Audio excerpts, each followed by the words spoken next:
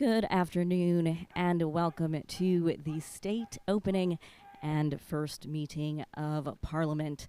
I'm Elizabeth Charles. Thanks so much for tuning in. We're coming to you live from the House of Parliament.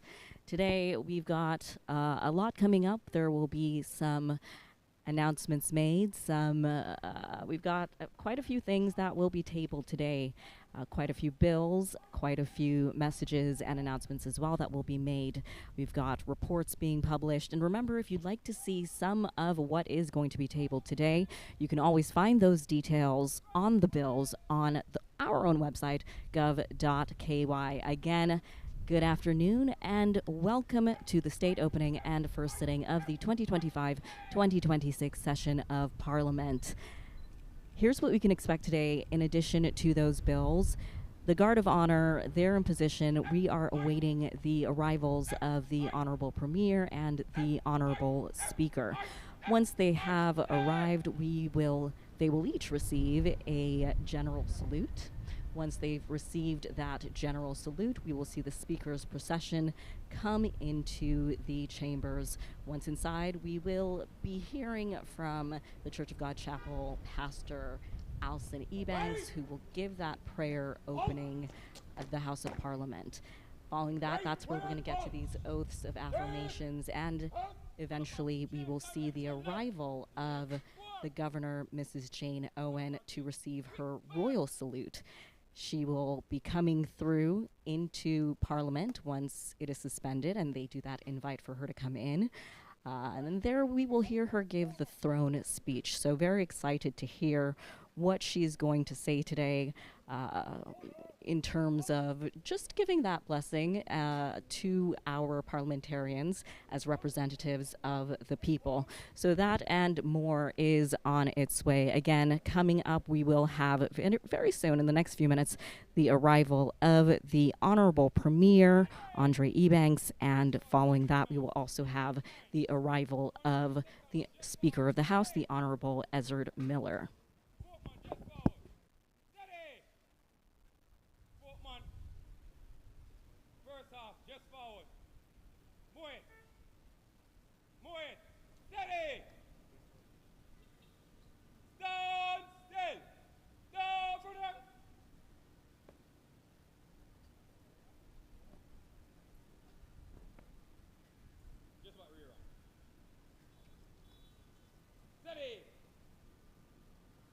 Just forward. Just back. Second man. More. Steady. Third man, just back. Steady. Fourth man, just back. Run down the line. Steady. Sixth man, just forward. More. Steady. Seventh man, just forward. Steady. Stand still. Down.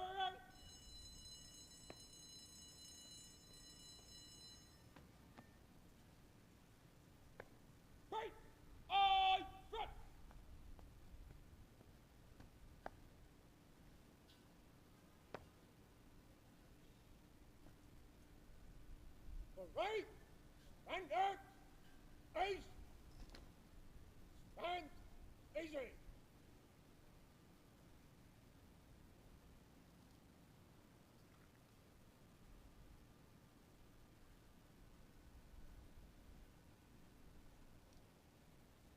Right, trunk.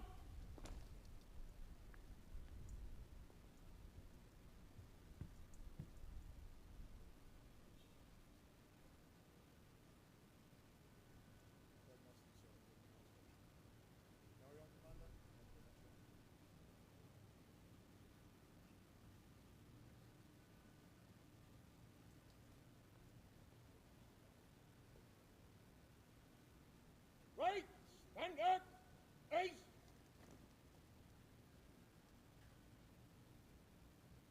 Stand easy.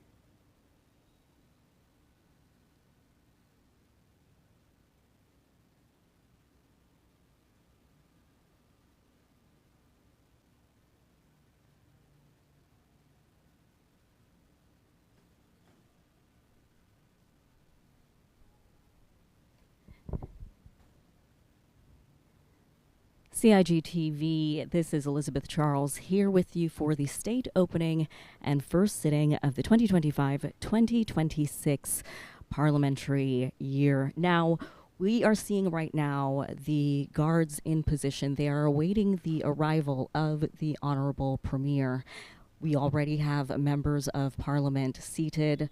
We already have the arrival of the Chief Justice of the Cayman Islands, the Honourable Margaret Ramsey Hale, as they await as well the arrival of the Honourable Premier to receive that general salute from the guards. They are in position now. Following his arrival, we will then have this arrival of the Honourable Speaker, who will also receive his general salute before coming in with his procession. That procession in a short while, we should be seeing that very shortly, will include the Sergeant of Arms. It will include the Clerks of Parliament, the Deputy Sergeant of Arms, as the Honourable Premier and Honourable Speaker of the House arrive. Actually, I believe we're seeing right now, that is correct, we are seeing the arrival of the Honourable Margaret Ramsey Hale, Chief Justice of the Cayman Islands, as she approaches while the guards stand in attention at her arrival. Shortly, we will see coming out of these vehicles, everyone is staged, everyone is awaiting their entry point to come in, the Honourable Premier, in addition to the Honourable Speaker following him. Thanks so much for tuning in live on CIG TV and also on our Facebook channels. If you're watching that way, thanks so much for tuning in addition to watching on YouTube. Do remember to like and subscribe there as well. We see the arrival of the Honourable Premier, Mr. André Ebanks, coming in for his first parliamentary sitting as Premier, having served previously as Deputy Premier and as a minister.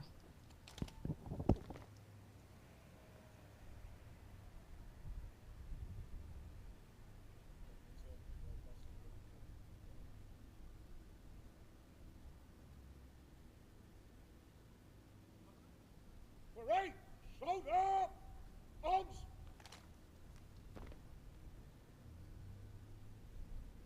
Right, order, arms.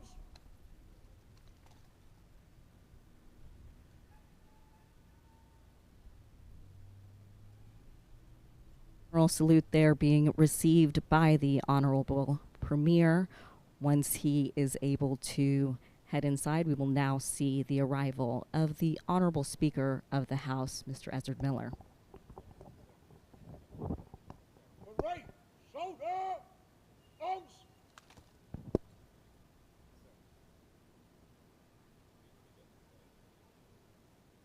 Parliamentarian. This will be nothing new for the Speaker of the House, but his role, including the fact that he is not a member of either of the parties and was really agreed upon by the government of the day holistically. It's really a great representation of the country coming together with his being the Speaker. General salute.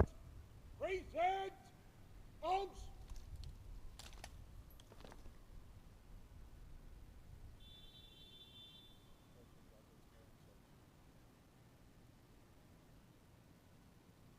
Right, shoulder, arms.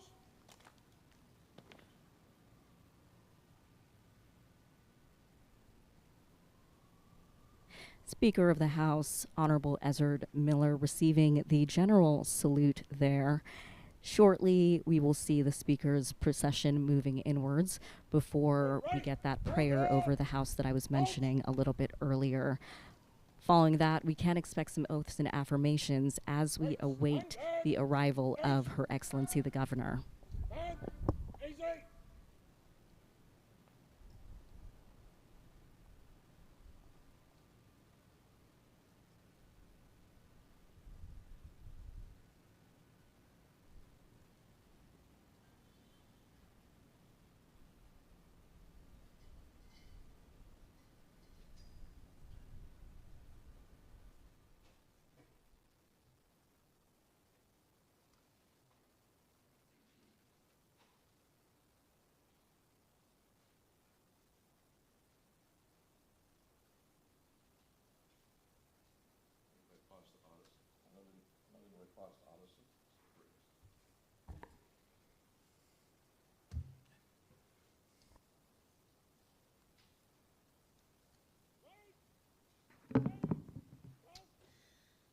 Let us pray.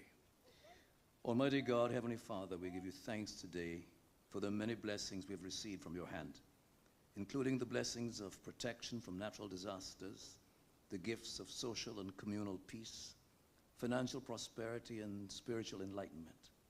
We thank you for the level of social harmony that we enjoy in this collective of persons from over 140 nations. We further give thanks for the leadership you have granted unto us, so that we are served through our civil service and elected representatives by men and women of ability, experience, and integrity. We pray now for His Majesty the King, that he would prosper and be in good health, even as his soul prospers. Likewise, we pray for Her Excellency the Governor, that you would prosper and guide her so that she will correctly and wisely carry out her responsibilities for the good of these islands. Heavenly Father, we ask you to bless this Parliament. We pray for wisdom and understanding in all their deliberations. Grant them courage to grapple with difficult challenges, both internally and externally, and that they may labor together in a spirit of unity and cooperation. May they never lead this little country wrongly through love of power, personal pride, desire to please, or other unworthy ideals. May these men and women to whom we have given our allegiance and in whom we have placed our trust remember that leaders are not only known by the way they go, but they also show the way as they go the way, setting examples in character and conduct for those who lead and influence. May the members of this honorable House lay aside all private interests and prejudices and never deviate from their responsibility to seek to improve the condition of all who reside in these three blessed islands, both citizens and aliens, holding fast always to the values of Christ's kingdom, so that your name be hallowed in these halls, as well as across the length and breadth of these beloved Isles Cayman. We honor your name now according to the prayer given to us by our Lord Jesus Christ. Let us pray. Our Father, who art in heaven, hallowed be thy name. Thy kingdom come, thy will be done on earth as it is in heaven. Give us this day our daily bread, and forgive us our trespasses, as we forgive those who trespass against us. And lead us not into temptation, but deliver us from evil. For thine is the kingdom, the power, and the glory, forever and ever. Amen.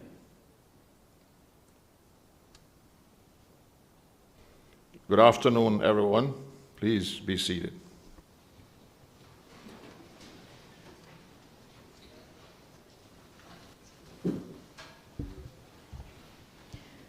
Administration of oaths or affirmations.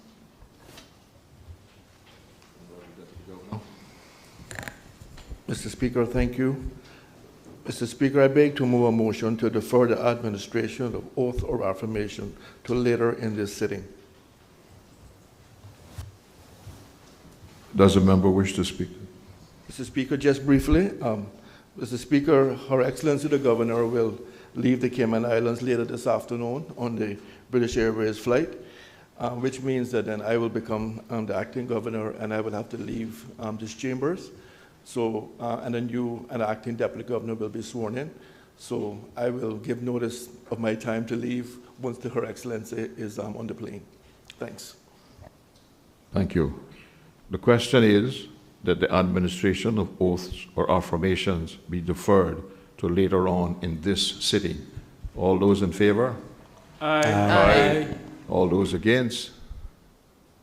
The ayes have it. The administration of oaths or affirmations has been deferred until later in this sitting. Motion for the suspension of the House. Honourable Premier.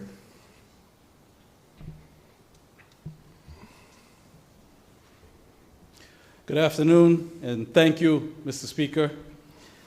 I move that this honorable House do rise to await the arrival of Her Excellency the Governor, Ms. Jane Owen, to receive a gracious address to the Parliament. Thank you, Honourable Pereira. The question is that this Honourable House do rise to await the arrival of Her Excellency the Governor, Mistress Jane Owen, to receive a gracious address to this Parliament. All those in favour? Say aye. Aye. All those against? Say no. The ayes have it. The House is now suspended to meet Her Excellency the Governor.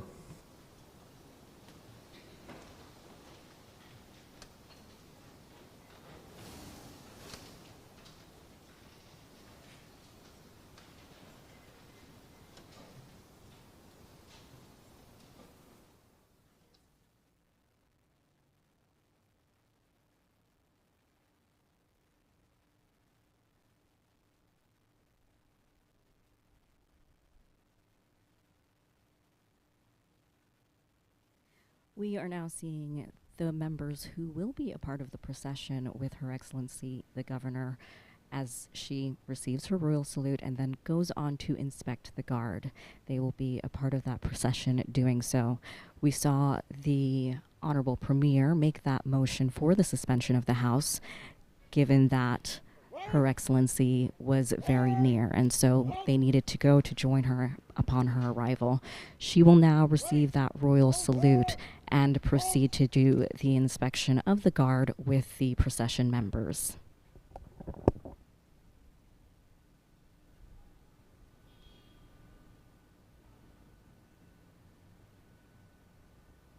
We also heard from the Deputy Governor, who noted that he will be acting governor after Her Excellency travels later this afternoon, and as such, he will need to have someone else in the House.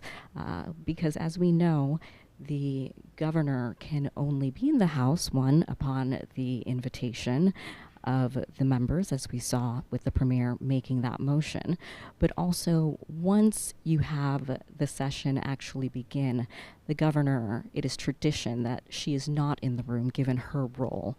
There's a symbolism to allowing the people's government to have that space, and so once she gives that throne speech, she will leave, and as we noted earlier, the Deputy Governor said once he takes on the role of governor, he will also exit as well to maintain that the independence between the three branches of government.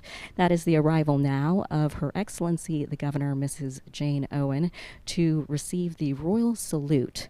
She will be joined by the Sergeant at Arms, the Honourable Speaker, in addition to the Honourable Premier, the Honourable Leader of the Opposition, the clerks, and the Deputy Sergeant at Arms. All right. Royal salute. Present arms.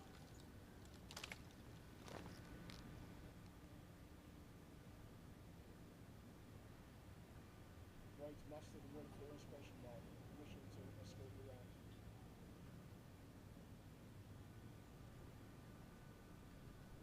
All right.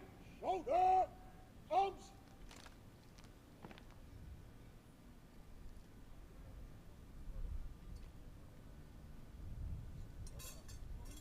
Salute received by Her Excellency the Governor, Mrs. Jane Owen. We see her beginning the procession of the inspection as the procession members do stand at a distance and look on as a part of this process. It maintains the separation between the members of the Parliament and the state and the sovereign, while at the same time allowing for these procedures that are really a part of the heritage and history of the monarchy. One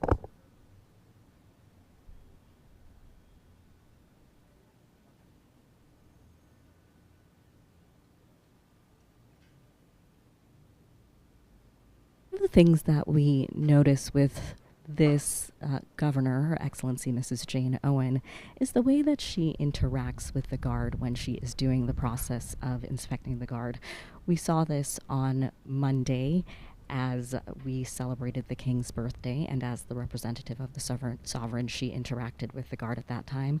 These moments that she takes to exchange words, to ask them how they're doing, it really is something that adds an element of extra grace, I would say, in addition to a relatability of her just kind of ensuring that it's not just a procedure of inspecting, but she's really checking in on folks. And that shows that care of the monarchy and of the sovereign for members of the Guard.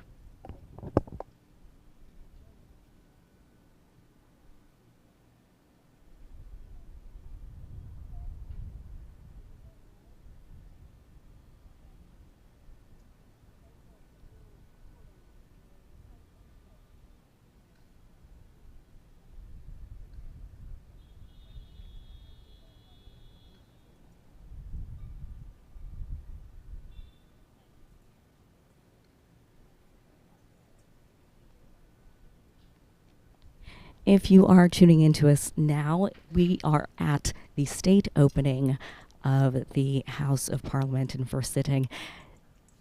Her Excellency the Governor is now continuing the process of the royal salute. Royal salute! Present! Arms!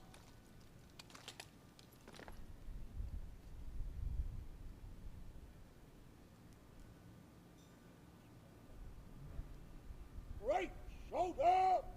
Arms!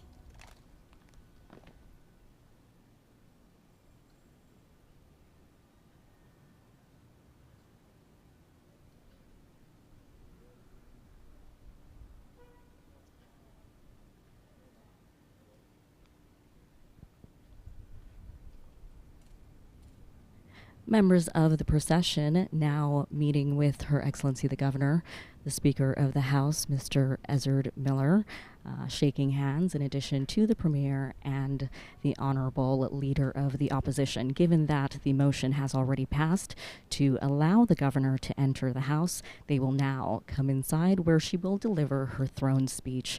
We can expect that to give the blessing to the state opening and just the beginning of the season for the House of Parliament. Right order! Arms! In close order! Arms!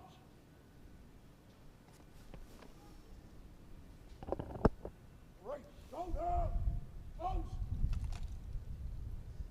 Turn to the right in file! Right! Turn! Colour party, change direction right. Right, forward. Colour party, quick, mark.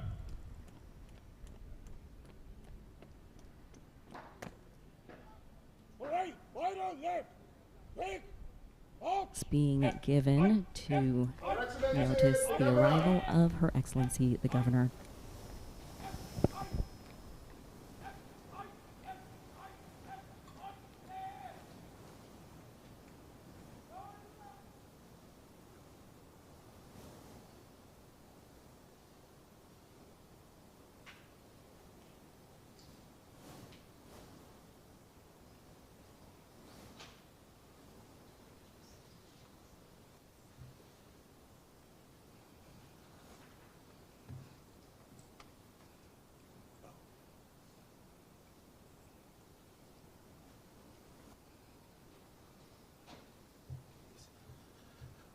I now invite Her Excellency the Governor, Mrs. Jane Owen, to address this Honourable Parliament.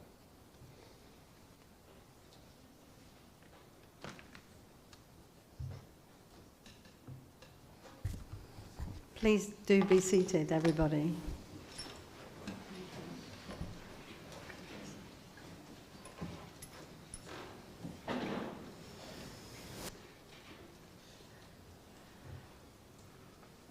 Good afternoon, Mr. Speaker, Honourable Premier, Honourable Leader of the Opposition, Honourable Chief Justice, and all the Honourable Members of Parliament, ladies and gentlemen. It brings me great pleasure to address this, the first session of our Parliament following the election in April this year. I would like to commend again the Honourable Mr. Speaker in his important role, and welcome again our Honourable Premier, André Ebanks, and his government, as well as all parliamentary representatives gathered together today in this chamber.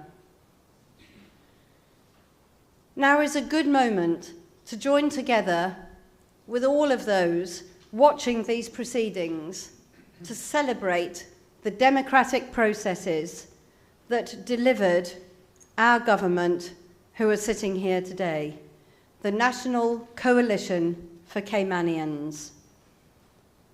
Our esteemed members of the opposition will also play an important role in this and every parliament as they contribute to the debate. I expect there will be some areas of consensus and perhaps some too of disagreement, but I know these debates will be carried out with our customary values of mutual respect as each side takes the floor. Looking back on the election, as you know, we invited an international observer mission from the Commonwealth Parliamentary Association, as well as a domestic observer mission to report on our election processes from all angles. Their observations so far give full credit to our election supervisor for the first-class management of the election, and in a wider context, both observer missions have raised again the need to update our campaign financing rules. I believe this is a gap worthy of consideration at an early stage of this Parliament to reflect evolving international standards and to give our voting public more clarity on political funding. Decisions on this aspect, along with any future consideration of election boundaries, are clearly devolved within the Constitution to our elected representatives and to this House. As we enter this era of our new administration, we can be confident that we are members of a strong society and a growing economy. Government revenues continue to rise and benefit from some increases in fees to keep pace with inflation. The challenge for the future will be balancing and prioritising the needs of our community for both services and capital projects. The proposed change before this Parliament to align the Strategic Policy Statement, or SPS, process with the budget announcement in the autumn will, I believe, help us become more accurate and efficient in our forecasting. And now, turning to some of the business of this Parliament, I believe it is clear to us all that there are a number of priority areas for action to protect and promote Cayman's success for the future. The first is reform of our immigration system. The government is bringing a bill to amend the Public Service Management Act, PSMA, to introduce term limits for all non-Caymanian civil servants. These changes are intended to come into force from January next year, affording existing and new civil servants the same term limit and putting in place a 2-year rollover period at the end of the term limit. As we all know, Cayman's civil service, ably led by the Honourable Frans Manderson, has an excellent record of employing Caymanians, who make up around 70% of the civil service workforce. We also continue to draw in specialist skills and international experience among the 1,400 dedicated non-Caymanians who play crucial roles, for example, in our police, in our prison, our health and social services, our teaching staff, and many other areas. The government has also made clear its intent, in tandem with the civil service reform, to consider further changes to Cayman's wider immigration policy, including the rules for permanent residency, marriage, and Caymanian status. I welcome the committee which the Honourable Premier and the Honourable Minister Miles have established with the Chamber of Commerce, other private sector entities, and key government departments to assist with developing a national workforce plan. We look forward to hearing the results of the debate in this chamber on all of these important matters. I know that education, training, skills development, and job opportunities are also a priority for this government. And these go hand in hand with changes to our immigration rules. The government intends to work within our public sector schools in particular to improve outcomes and opportunities for Caymanians. I hope we can encourage more young people to consider pathways in some of the fields where Cayman is growing fast. Not just accountancy and law, though I'm sure that our Chief Justice, sitting here beside me, would commend those particular choices. But what about careers also in hospitality, in IT, engineering, or social services?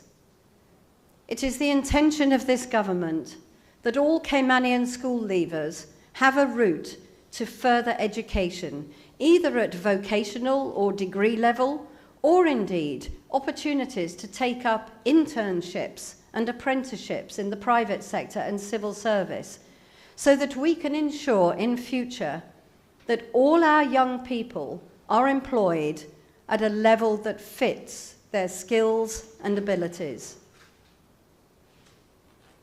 And while I'm on the subject of supporting our youth, and indeed supporting all of the residents of our wonderful islands, I could not leave this platform without mentioning the importance of action to target mental health and overall well-being within our communities.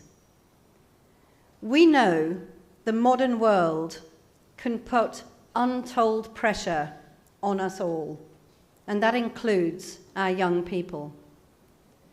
Many non-profit groups are already making excellent interventions, but I believe we can do better to join up their work with government initiatives and to prioritize programs that really make a difference. This means ensuring that Ponciana develops into a world-class residential facility. It means doing more to support special needs in our schools.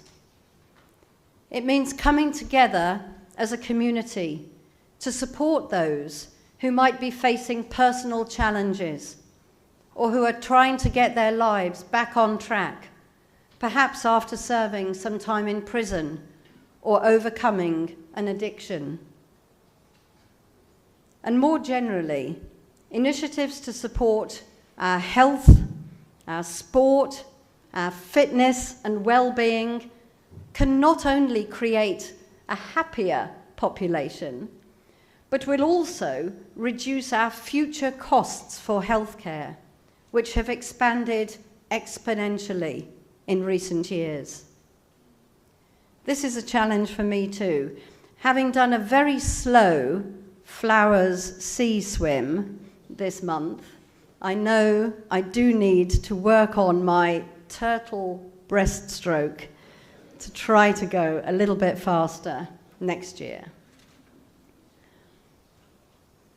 And we must all remember, of course, that the state of our economy will, in no small measure, determine the funding available to drive these plans and support our people.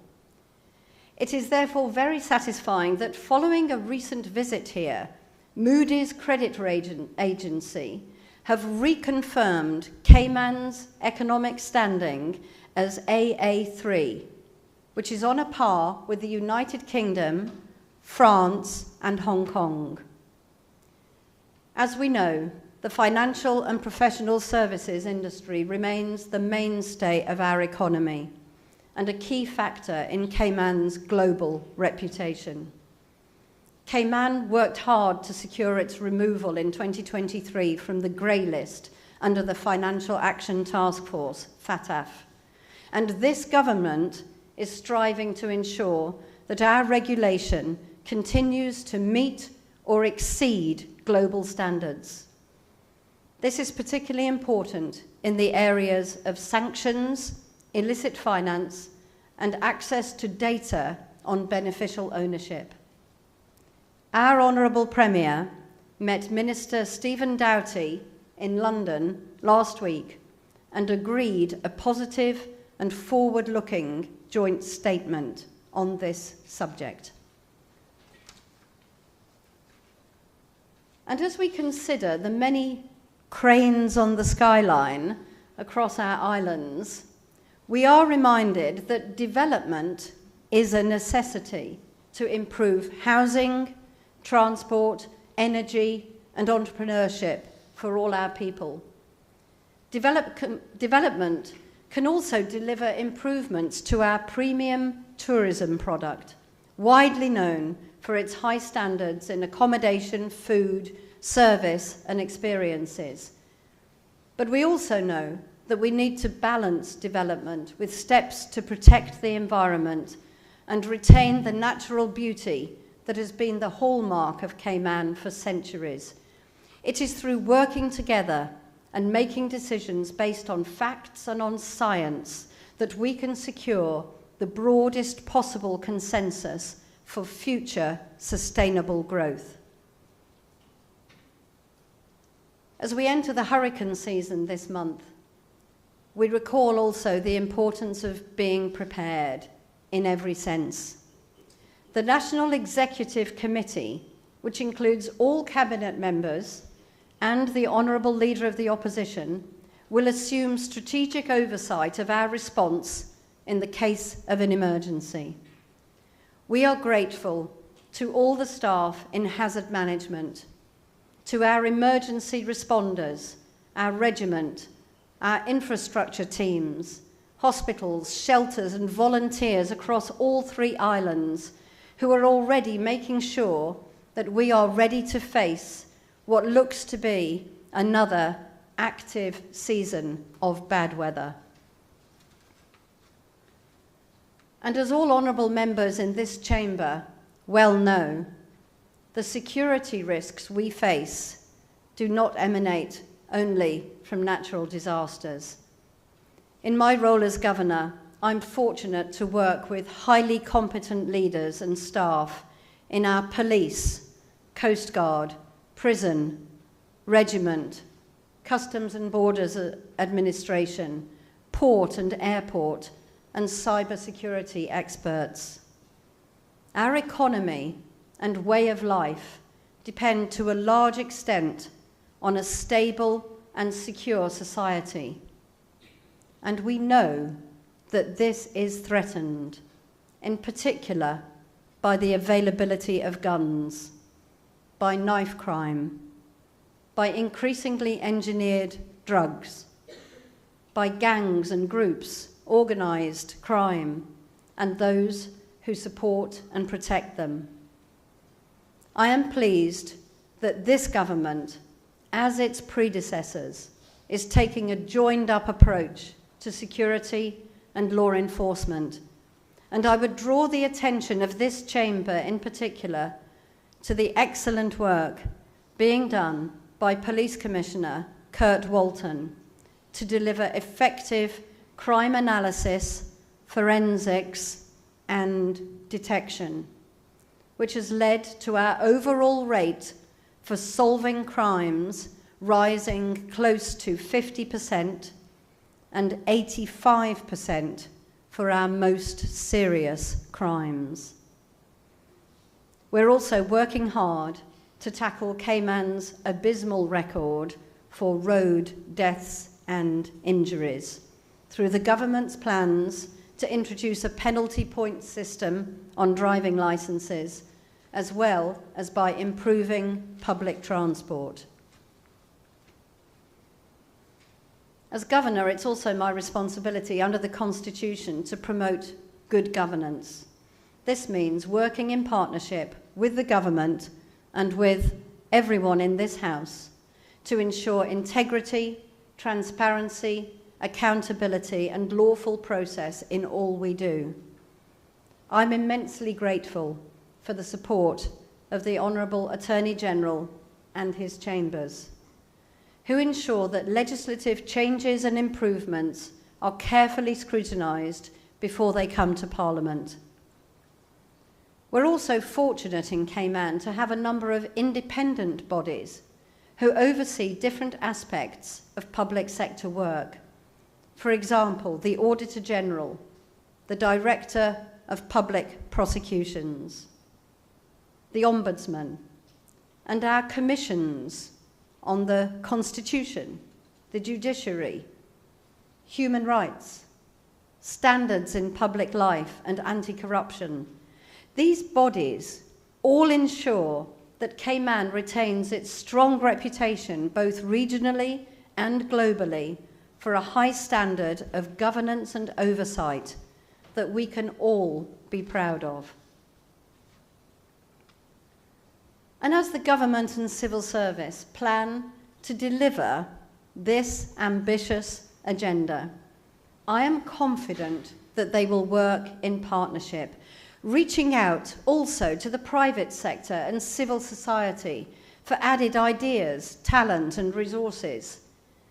We're grateful to the work of Cabinet Secretary Mr. Sam Rose in support of our government and cabinet meetings. And the United Kingdom also stands ready to partner Cayman as we forge a refreshed relationship fit for the future.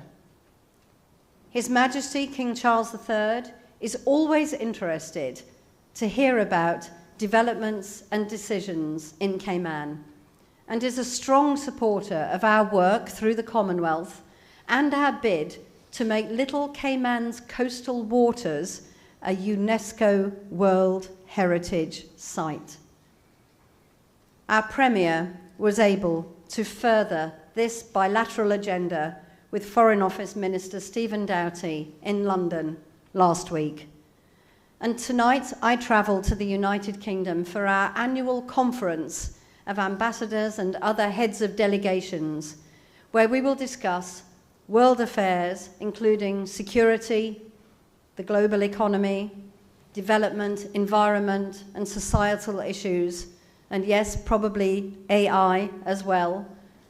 And I shall be proud to represent Cayman and the contributions we make through our regional and international links. So today, I want to thank you, Mr. Speaker, and all of the honourable representatives in this House for your unwavering service and effort, for your dedication to our communities, and for your support to me as Governor. Our partnership is precious and makes us all stronger as we look forward to the future with confidence and compassion. God bless this House, and God bless these wonderful Cayman Islands.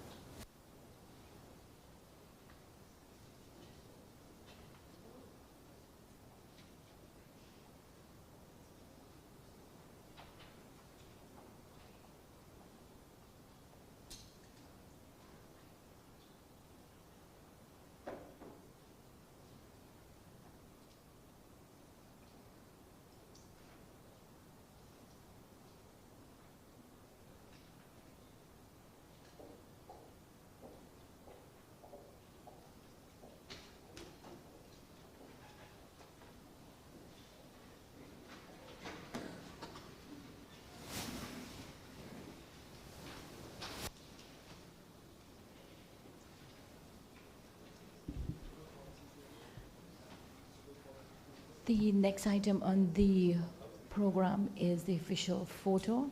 So if the members could actually attend on the steps so that the group photo could be taken. Yes, thank you very much outside.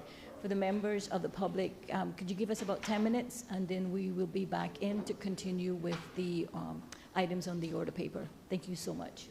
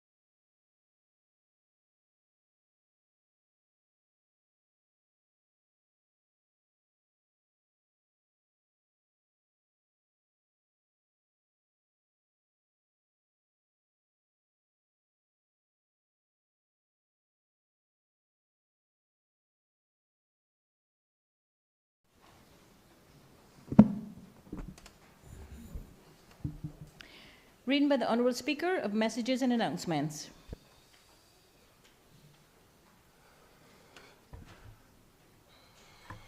I don't have any messages or announcements, but I would like to use this period on the order of paper to recognize some Caymanian citizens.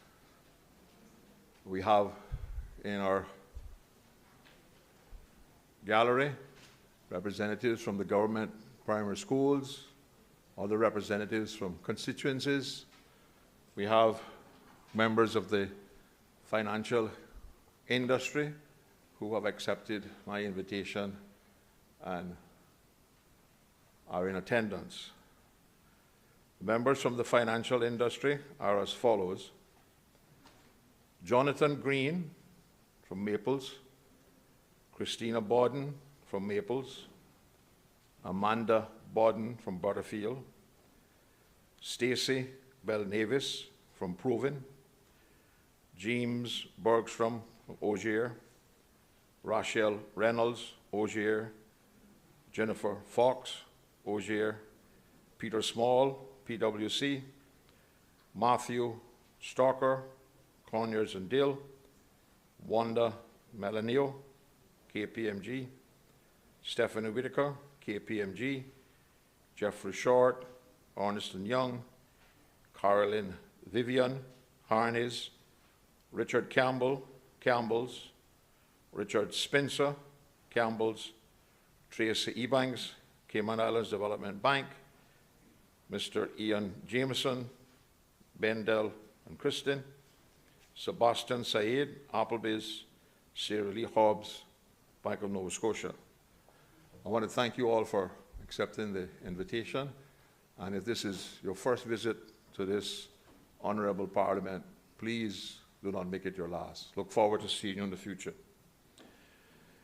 I will now call on the members of Parliament to introduce their guests, starting with the Premier, and I'll call each person in turn.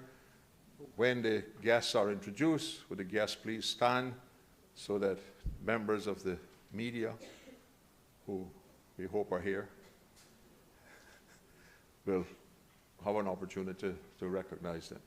Honourable Premier.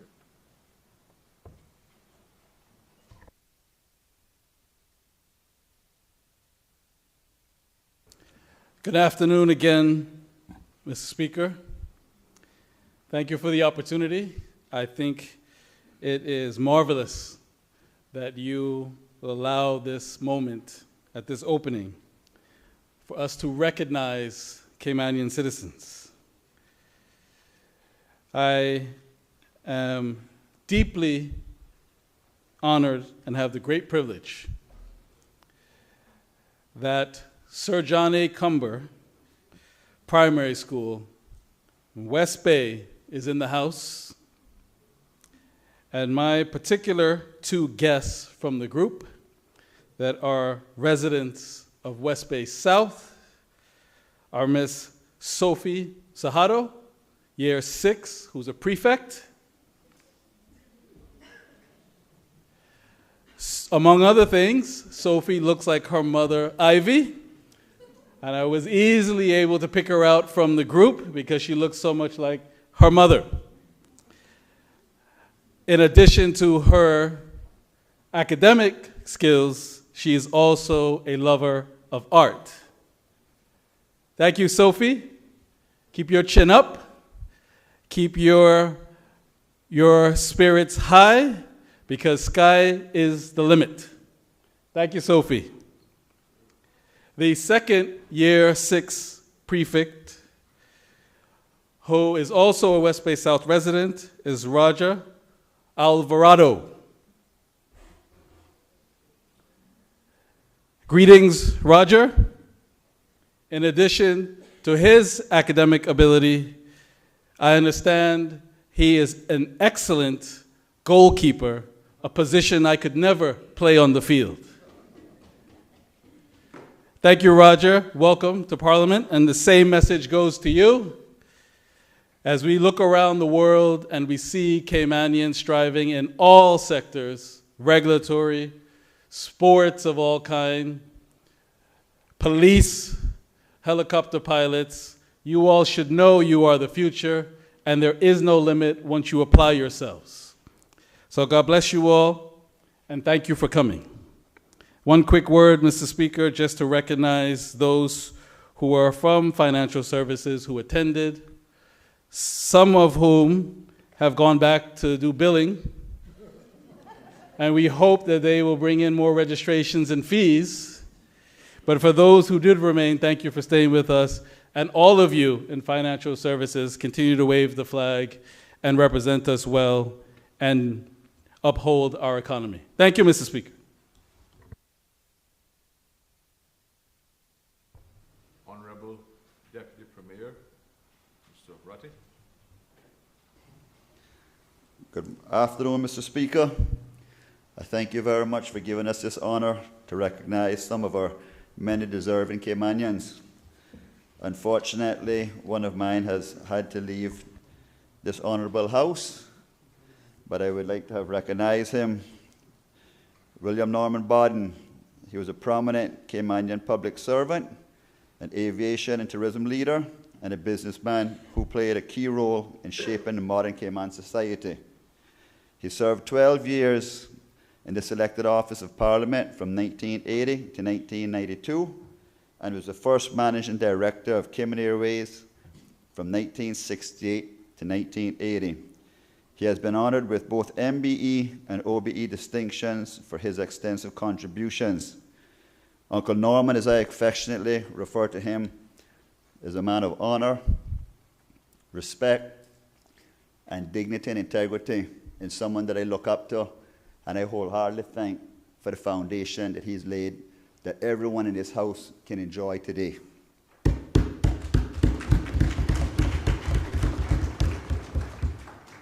I would also like to welcome a young man, Josiah Estrella.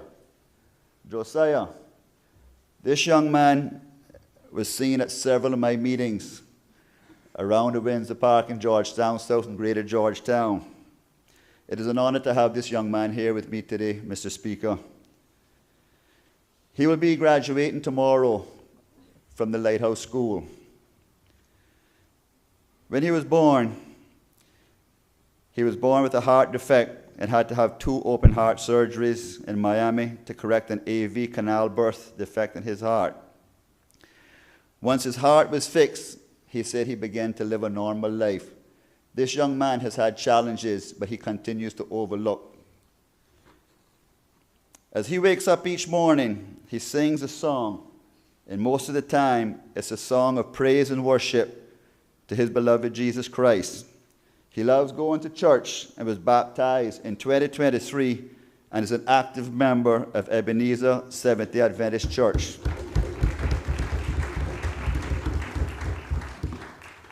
His mom is his hero, and she believes in him and always tells him, "Josie, you can do it." And Josie, take it from me, you can do it. I am proud of you. Good luck tomorrow and continue to strive. God bless you.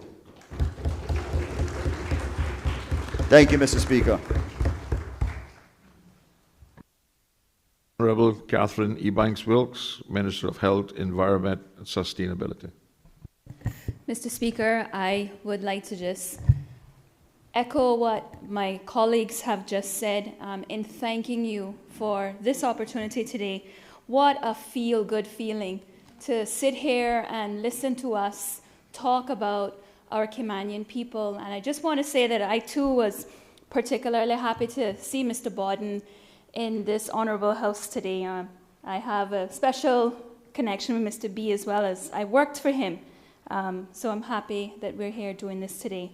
Today I am acknowledging 2 students from Sir John A. Cumber Primary School as well. I have a young man by the name of Jamar Morris. I think they're still here. There he is.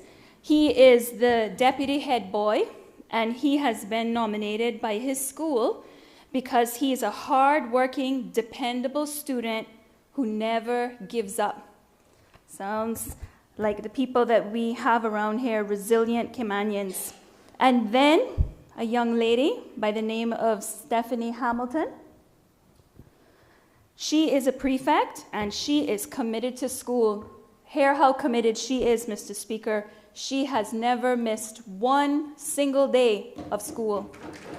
Thank you both for attending today, and I want to thank their teachers for accompanying them. Honourable Rolston N. Anglin, Minister of Finance, Economic Development, Education and Training. Thank you, Mr. Speaker. Mr. Speaker, I join voices with all of my colleagues, but to say that I had no doubt when you took up the speakership, you were going to deliver on something that you advocated for decades, which is to make the Parliament relevant to the citizens and to bring life to the Parliament, to ensure that people understand, honor, and recognize this key component of our democracy.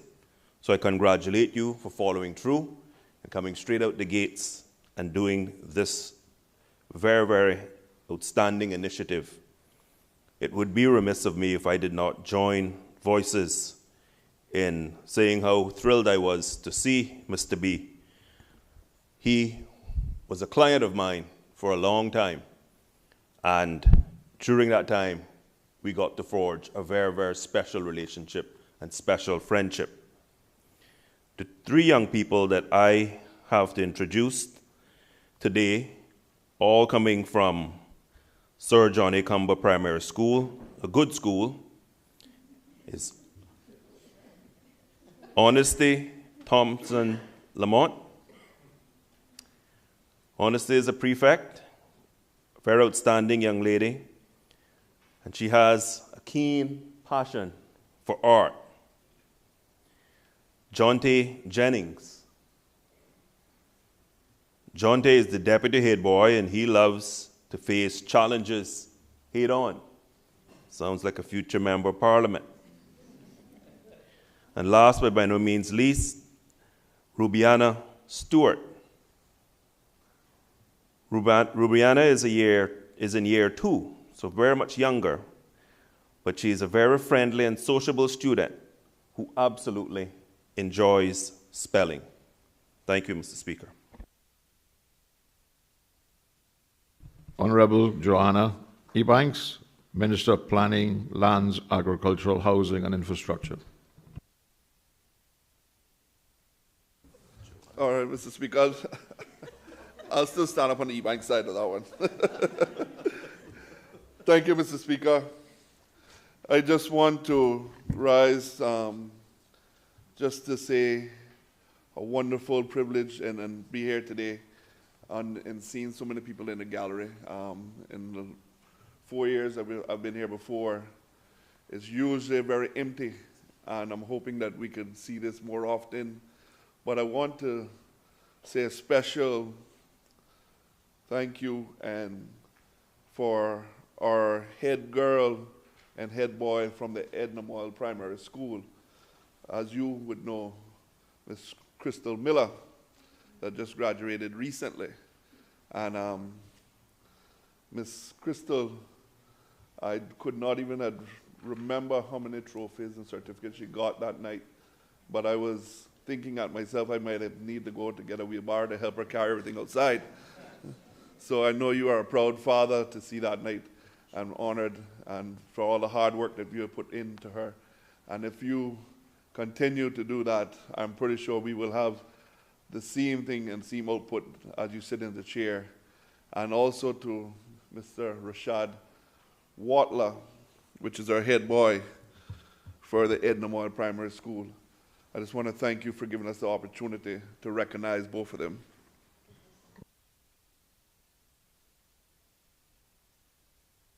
Honourable Isaac Ranking, Minister of Social Development and Innovation and Youth, Sports, Culture and Heritage.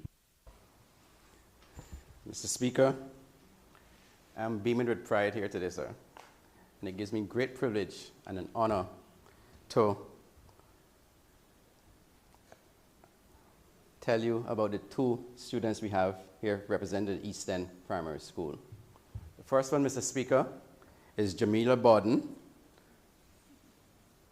who is a bright and enthusiastic student who has a deep love for school and learning.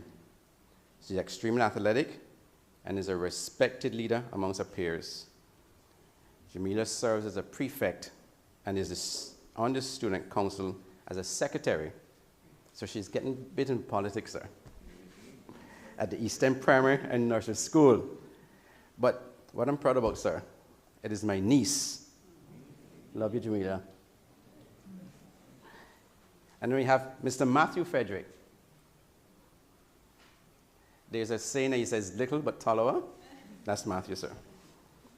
Matthew is a polite, eager learner who approaches all areas of school life with enthusiasm. He's a well-rounded student with a particular passion for mathematics. As the student council representative for year 6, Matthew is also a role model for his classmates. Thank you, Matthew. Well done to both you and Jamila.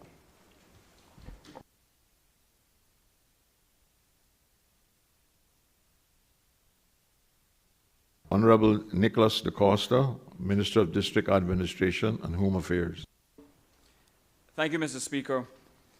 Mr. Speaker, just like my colleagues before me, it does certainly bring me great joy to welcome some of our youngest homegrown talent here to Parliament. But of course, the homegrown talent that I'm talking about, my primary school students, didn't just drive around the corner.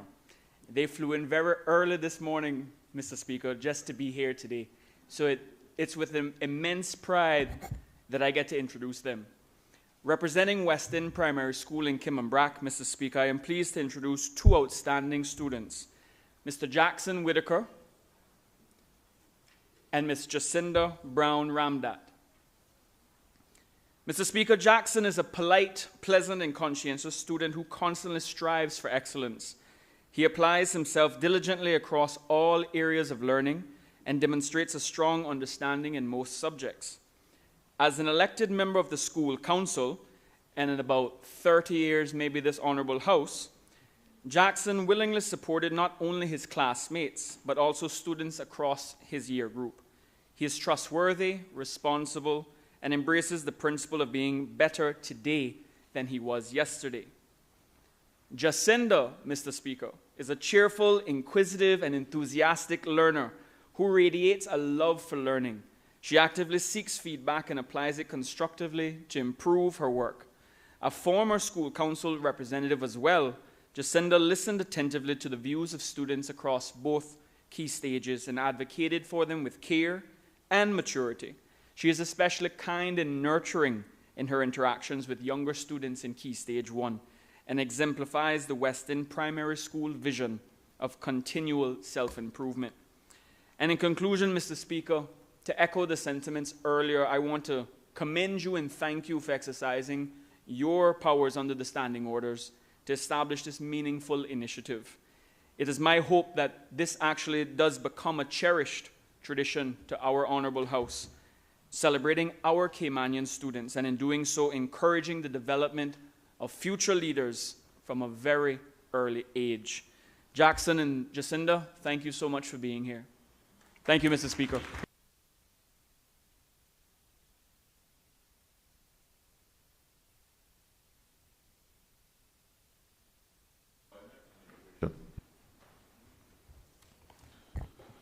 Mr. Speaker, thank you for this honor. Today I want to recognize my mother, because without her I wouldn't be here. She's been, and while she's not here, she's been really the driving force behind me for my 51 years. And I want to salute her today because I represent the Miles clan, the Markfield clan, the Chisholm clan, and the Borden clan. And it's a tall task for me to be here. Not ranking, sorry. Mr. Speaker, today I want to recognize several people. I would say the foundation of my life as well is my lovely wife, Jackie. I want to recognize her today because she has also been the foundation of everything that we've accomplished over the last 15 years. as a mother, a wife, daughter, and certainly a confidant. We've not gotten to best friend just yet, but we're working on that. That's in the works, but Jackie, you've been my world. Thank you for being here. And I'd also like to recommend a gentleman who walked into my life about 7 months ago, Mr. Dan Scott, who's the chairman of the Cayman Islands National Party. I'd like to recognize Mrs. Scott, who's been a driving force behind what we've accomplished in the last 7 to 8 months. He's been a friend and confidant and quickly becoming one of my favorite people to speak with and a mentor of mine. Thank you, Don. I appreciate you being here. Mr. Speaker, I'd also like to recognize 2 wonderful students from Prospect Primary. Today I had the opportunity to meet for the first time Ashton Warren, who's the head boy of Prospect Primary. As I met with Ashton today, he shook my hand and it felt like I was shaking my hand because I have a pretty strong handshake. Ashton, you are going to be doing a lot of really great things. Please keep that wonderful handshake. He's a year 6 and he's head boy of Prospect Primary School. Based on what I was made to understand, Mr. Speaker, Ashton is a quite bright young man and has a wonderful future ahead of him. Ashton is a year 6 student and is transitioning to the big school, hopefully in September. Thank you, Ashton, for being here. My next guest is Shamaya Crawford. Shamaya is the head girl of Prospect Primary School, and she's in year 6. Shamaya also is, based on what I was made to understand from the school, is a quite bright young lady and has a wonderful future ahead of her. Shamaya, thank you for being here, and I appreciate your mom bringing you guys. Thank you. Thank you, Mr. Speaker, and I appreciate the time.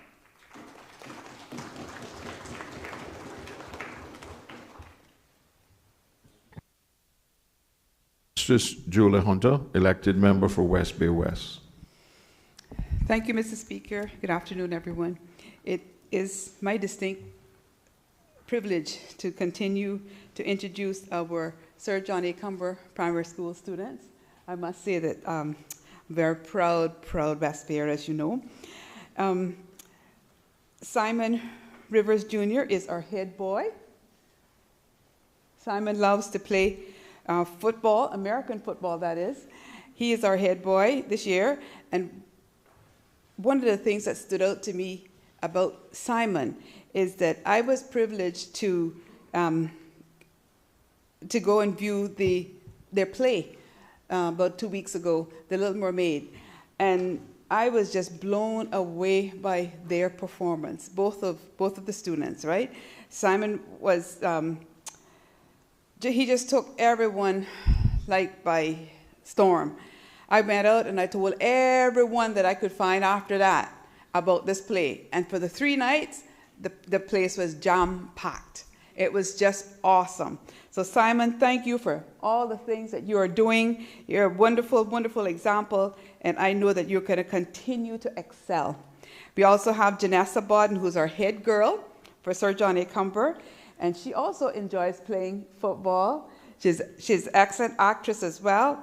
Was also in the play, and they did a phenomenal job. I'm just so very, very proud of them, and I know that as they transition to high school, that they're going to continue to make us proud as West Bayer. So thank you again, Mr. Speaker. I also want to recognize the fact that they were accompanied by Ms. Franklin, head of year 6, and also Ms. Cooper, acting deputy principal. Thank you for taking the time to bring them and for all that you do for our students and by extension us as citizens. Thank you, and I just want to continue to echo the fact that you've given us this awesome privilege, Mr. Speaker. That's probably the first time I think this has been done, and it took me into adulthood to get into the chamber. So I'm just so happy that these students could make it, I mean, at such a young age, and I just say we just got to big you up for that, as we would say. Thank you.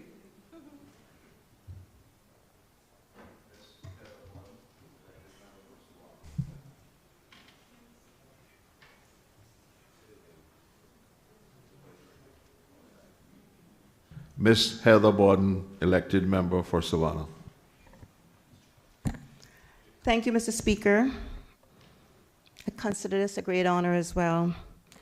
Joining us today are two students from the Joanna Clark Primary School, head boy and head girl, Jonathan Barrett. Where's Jonathan? Thank you, Jonathan. And head girl, Lily Bennett. Thank you both for being here. These two students were the MCs at the recent school leaving exercise, and now they're heading off to Big Boy and Big Girls School in August at the Clifton Hutter High School. They did a smashing job with their MC duties, and I just want to say to Jonathan and Lily, welcome to Parliament, and thank you for being here, and thank your parents and your teachers for accompanying you. Have a good one. Thank you.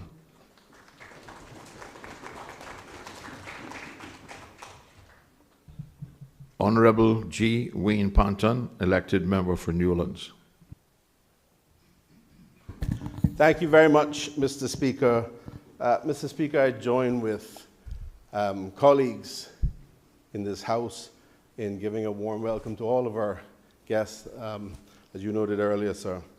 Mr. Speaker, it is indeed an honor and a privilege to recognize someone who probably needs no introduction lately because he's had quite a bit.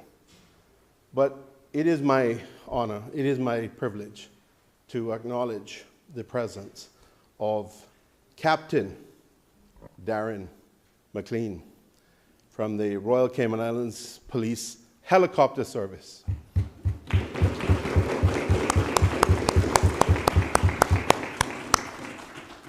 Mr. Speaker,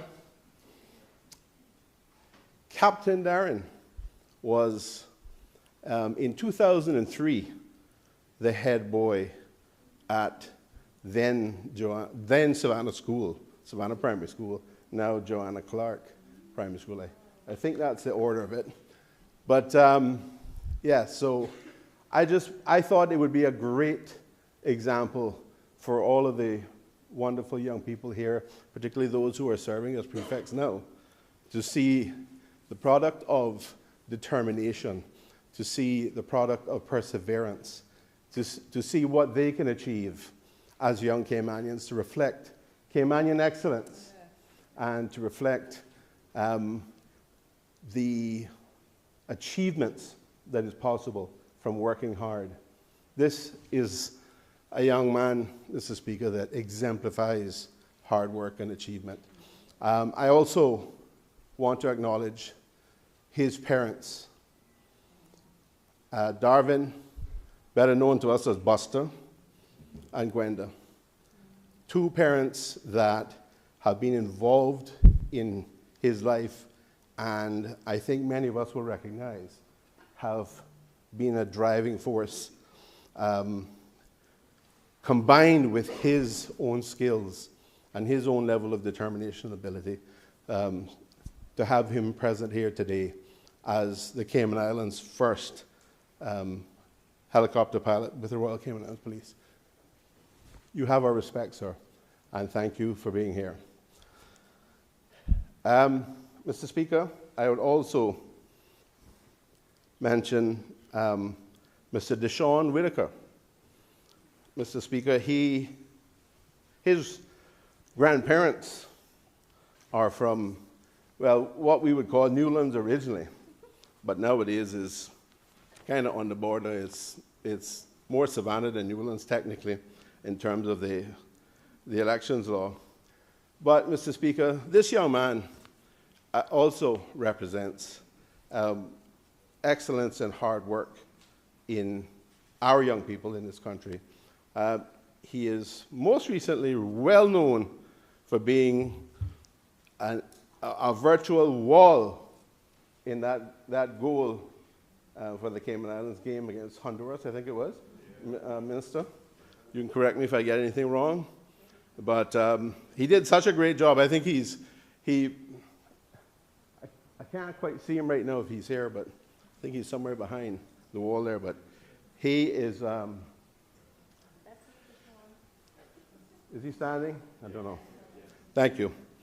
But, Mr. Speaker, this young man kept the score down to just one love for Honduras. There he is, sir. But he made 8 amazing saves, and it was only bad luck that led us to that.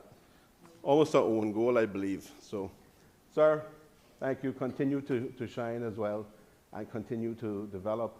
And I hope that one day we'll see you on a World Cup Cayman Islands squad as goalkeeper. Thank you.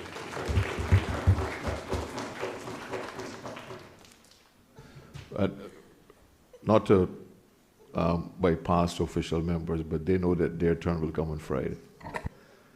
And Leader of the Opposition, I wish to ask your indulgence to let me call Honourable Juliana O'Connor Connolly prior to calling your name, because the students from Cayman Brac have to catch a flight. Thank you very much. Ms. Juliana O'Connor Connolly. Thank you, Mr. Speaker. Good afternoon, all.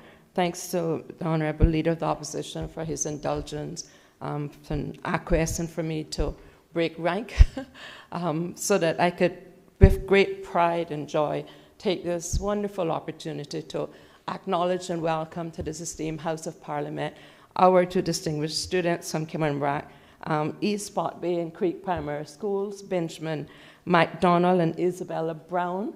Thank you for standing. I see that you're very active observance and that before I could ask you to stand, you already stood.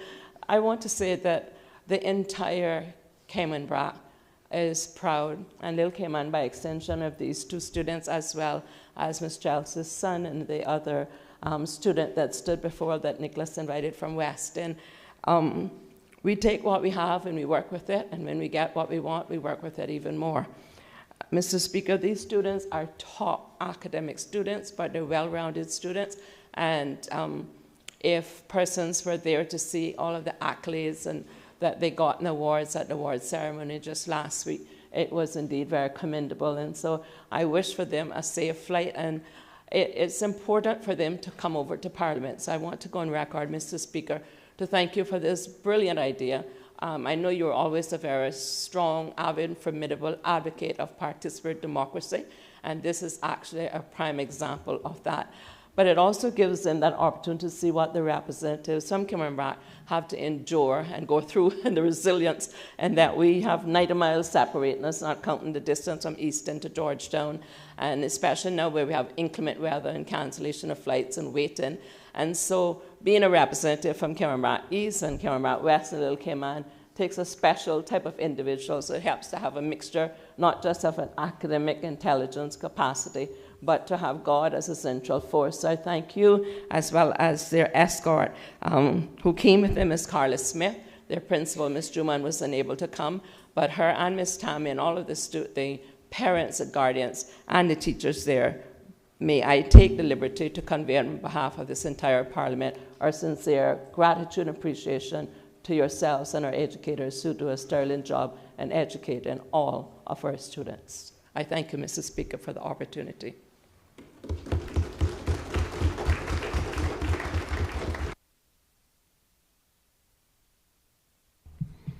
Honourable Joseph Hugh, Leader of the Opposition. Thank you, Mr. Speaker. Mr. Speaker, I too join chorus in saying how wonderful it is to see so many persons here, young people, civil servants, families, and also we had a number of past parliamentarians here, or members of the Legislative Assembly, as they were known then. But Mr. Speaker, I rise on behalf of myself and the Deputy Leader, Mr. Kenneth Bryan, to introduce a couple of kids from the Marie Martin Primary School, known to us as Georgetown Primary, nestled right in the center of Georgetown, hidden behind the annex football field on the border of our constituencies, often forgotten about, But what a powerful school. What a school made up of dedicated teachers and even more dedicated parents. I attended a award ceremony for parents a few weeks back who were involved in the school on a daily basis, not just with their kids, but overall with the school. And amazing stories of persons driving people around, handymen, fixing things that needed to be fixed around the school. Even parents caring for kids that needed care in their homes. And what was most amazing that evening for me was the amount of men that received awards for their interaction and for their dedication to the school. Mr. Speaker, the two of the students, and it was very difficult to choose because the school is filled with some amazing students that is here with us today. The first is Miss Tahiri Powell. She is an enthusiastic head girl for year 6. She's a passionate athlete with a strong love for track and field, and she brings the same energy and determination to all areas of school life. Actively involved in cricket, netball, and the NCFA choir. She balances her wide range of interests with impressive academic performances. Her respectful nature, positive attitude, and ability to connect easily with both peers and teachers make her a valued member of our school community. A natural role model, she leads with quiet confidence and a genuine sense of responsibility. Thank you so much for joining us today, Tahiri Powell. Mr. Speaker, the second student with us today, I'd like to introduce Mr. Jadon McCannon, our dedicated head boy for year 6. Jadon is a natural leader who brings energy and thoughtfulness to our school community. Known for his articulate communication and problem-solving abilities, he actively participates in various school activities and consistently shares insightful ideas during class discussions. His peers look up to him not only for his leadership qualities, but also for his respectful demeanor. Outside of his academic pursuits, Jadon is passionate about football and has achieved significant progress in Taekwondo, so don't mess with him. This demonstrates his commitment to both mental and physical discipline. Thank you for joining us, Jadon. Mr. Speaker, school is probably over right now. I have to also recognize one of the dedicated members of the faculty at the Marie Martin Public School for taking the time out and making the effort to bring those students here. And so I'd like to thank the Deputy Principal, Ms. Erica Greenwich Daniels, for accompanying the kids and spending the afternoon with us. Thank you.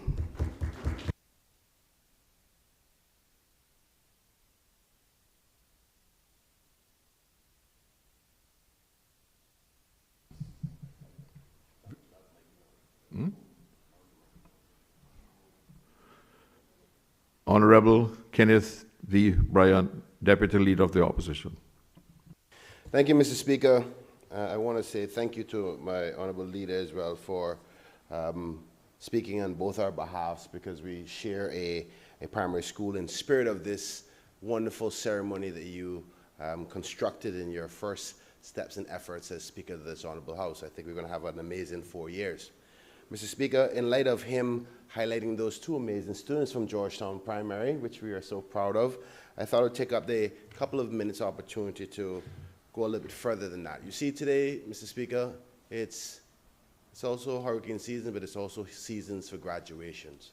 And I want to take this opportunity to tell every child across the 3 Cayman Islands who are taking that journey on to another platform of education, whether it be high school, whether it be graduating from preschool into primary, from primary to high, from high to tertiary, or from tertiary to your doctorates and so forth.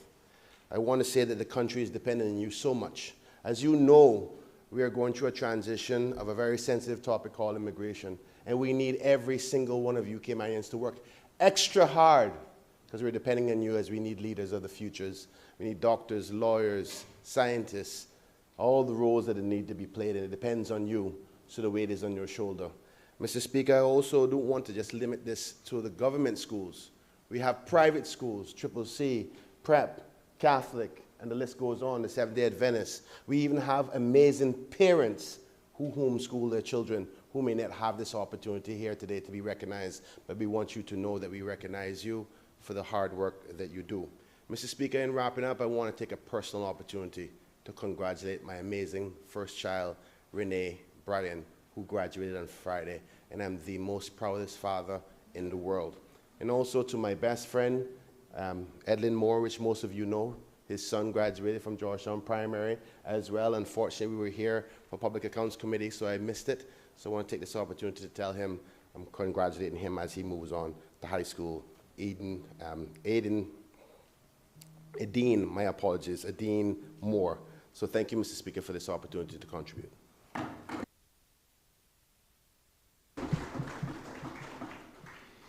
Honourable Perlina McGraw-Lumsden, Deputy Speaker, elected member for Georgetown West. Mr. Speaker, thank you so much for this opportunity. It surely does warm my heart to introduce two students from John Gray High School. Leah Warren. Leah is a prefect at John Gray High School. She had grades 1 in EDM, mathematics, principle of business, English language, office administration, physical education, and communication studies. She has 2 subjects at grade 2, English literature and social studies. This month, she completed an additional 7 subjects, 6 subjects at GSEC level and 1 at the CAPE level. Leah is also a Microsoft Office expert and has served as president of the school's Junior Optimistic Club through to year 11, and planned and executed a 3K, which raised over $400 for Down syndrome in the Cayman Islands. She served as secretary of the club in year 10. She is also represented in John Gray in several debate competitions, earning many awards, 2 of which being the top team and the debater in the novice division.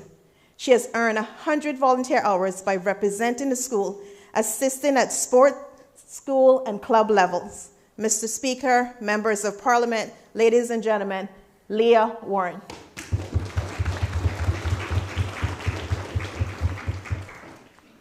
The next student is Isaiah Miles. Isaiah is currently in year 11 and has recently completed the sitting of external examinations in 8 subjects, which include physics, biology, human and social biology, geography, information technology, Caribbean studies, additional mathematics. He has completed a total 14 subjects throughout his time at John Gray High School, with others including mathematics, English literature, electronic document preparation and management, principle of business, physical education, communication studies. At John Gray, he is one of the 2 deputy head boys. He's also a lead mentor and is currently a captain of the John Gray High School robotics team, where he was granted the opportunity to represent John Gray and the Cayman Islands at the first Global Challenge in Singapore, an international competition where countries from across the world come together and develop creative ideas and solutions to problems faced around the world through the use of robotics. He is a gold swimmer of 7-mile swimmers, swimming at both local international events. Mr. Speaker, members of Parliament, ladies and gentlemen, Isaiah Miles is the son of the late Julianne Miles. Please give him a warm welcome to Parliament.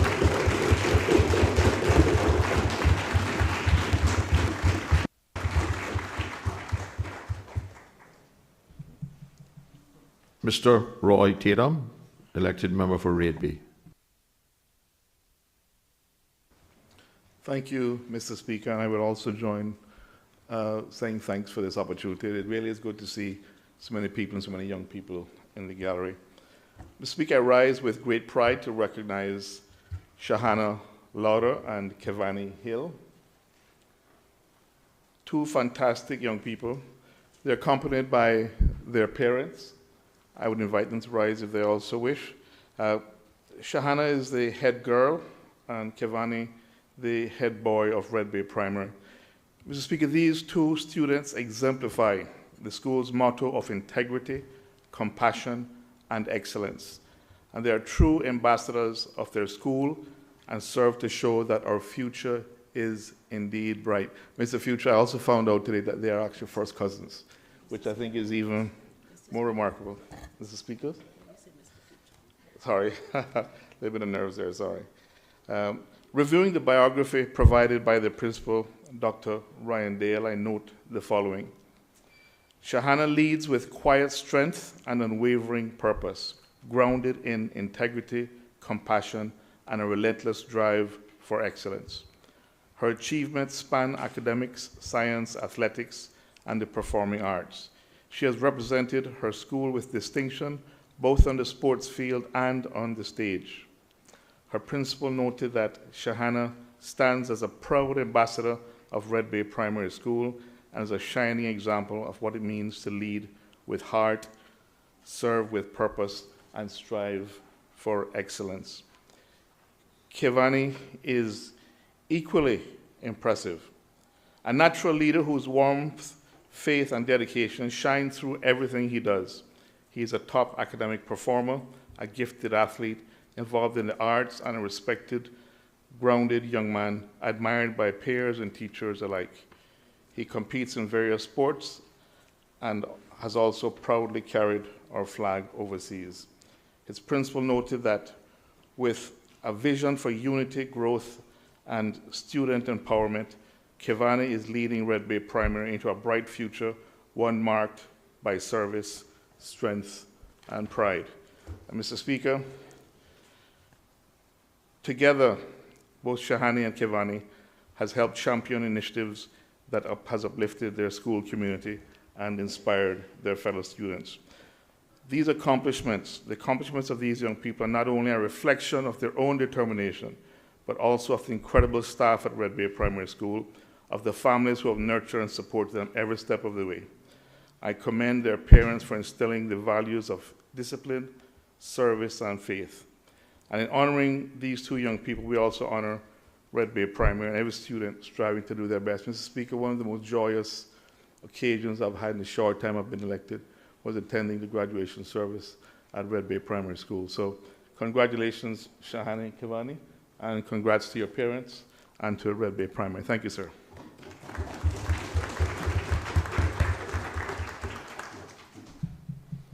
Mr. Dwayne Seymour, elected member for Bordentown East.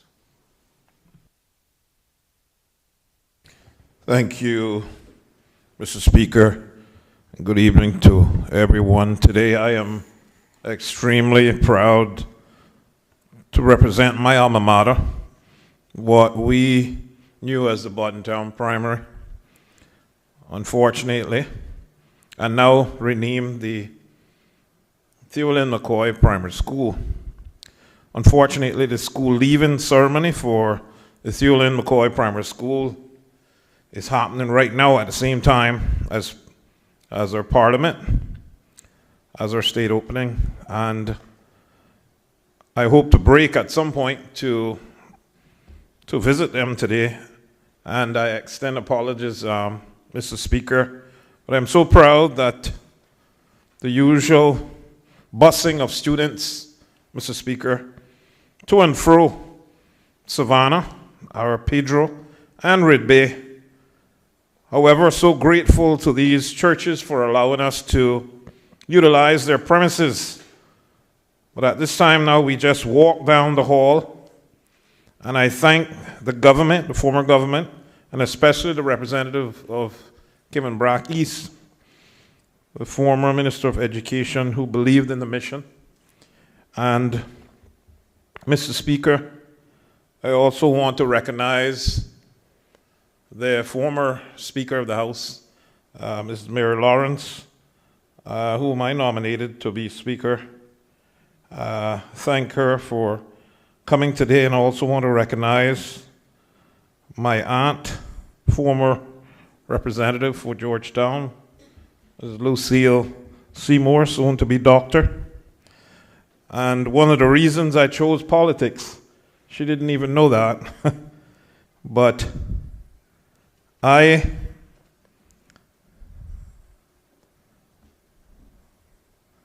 the Savannah Primary as we knew it then, and now the Joanna Clark Primary School. I was so jealous to learn that they actually christened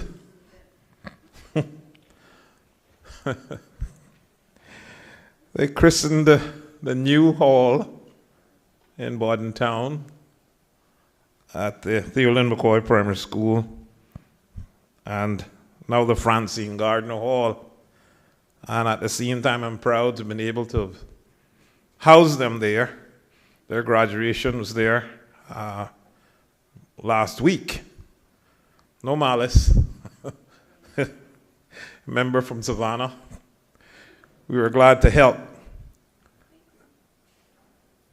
Mr. Speaker, I thank them for helping us work out all the kinks in the new building. Mr. Speaker, I want to thank you for this gesture under your power. It's much appreciated, and we need to do much more of this. And I've already been an advocate of youth parliament, held annually to be taken more seriously, and having it form part of our discussions for policy and law. Many can remember that, Mr. Speaker, and I thank you for allowing us to recognize children. So many times, children of this country feels like they're not put in the forefront. I thank you for putting them in the forefront today. Thank you to the people of Bordentown East. Thank you to my committee. I just want to say to all the students here today, the work doesn't start when you get in the classroom. Do a little bit at home also. Some of us used to think that we could pass exams so easily, we didn't even have to study until it got harder. I'm telling you, I'm proof. God bless you all.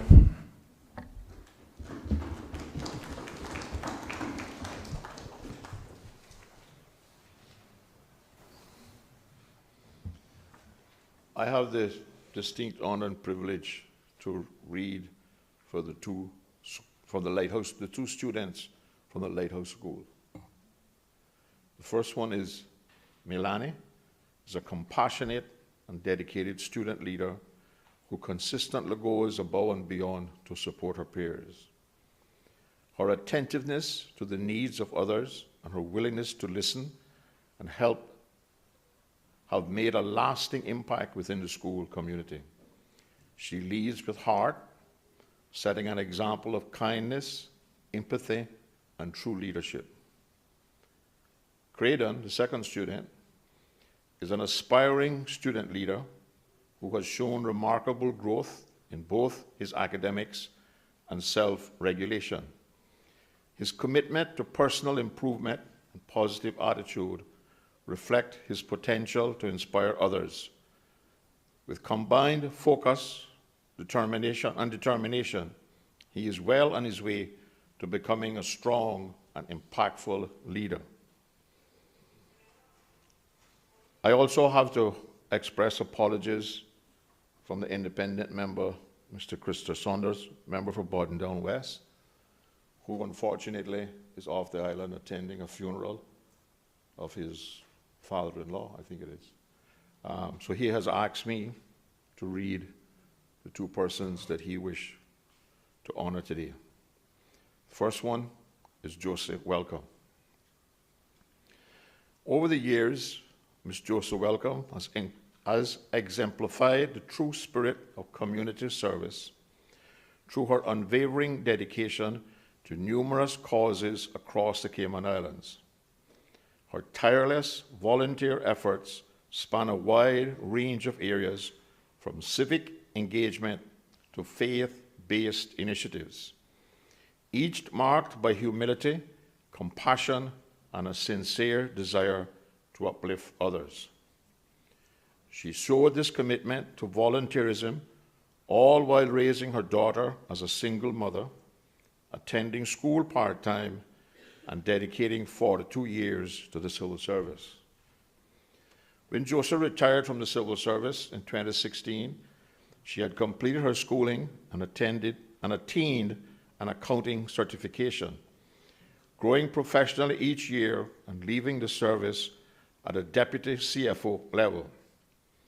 She utilized the certification she gained to assist in professional areas, acting as treasurer for many communities and assisting her church with financial functions when the role was vacant.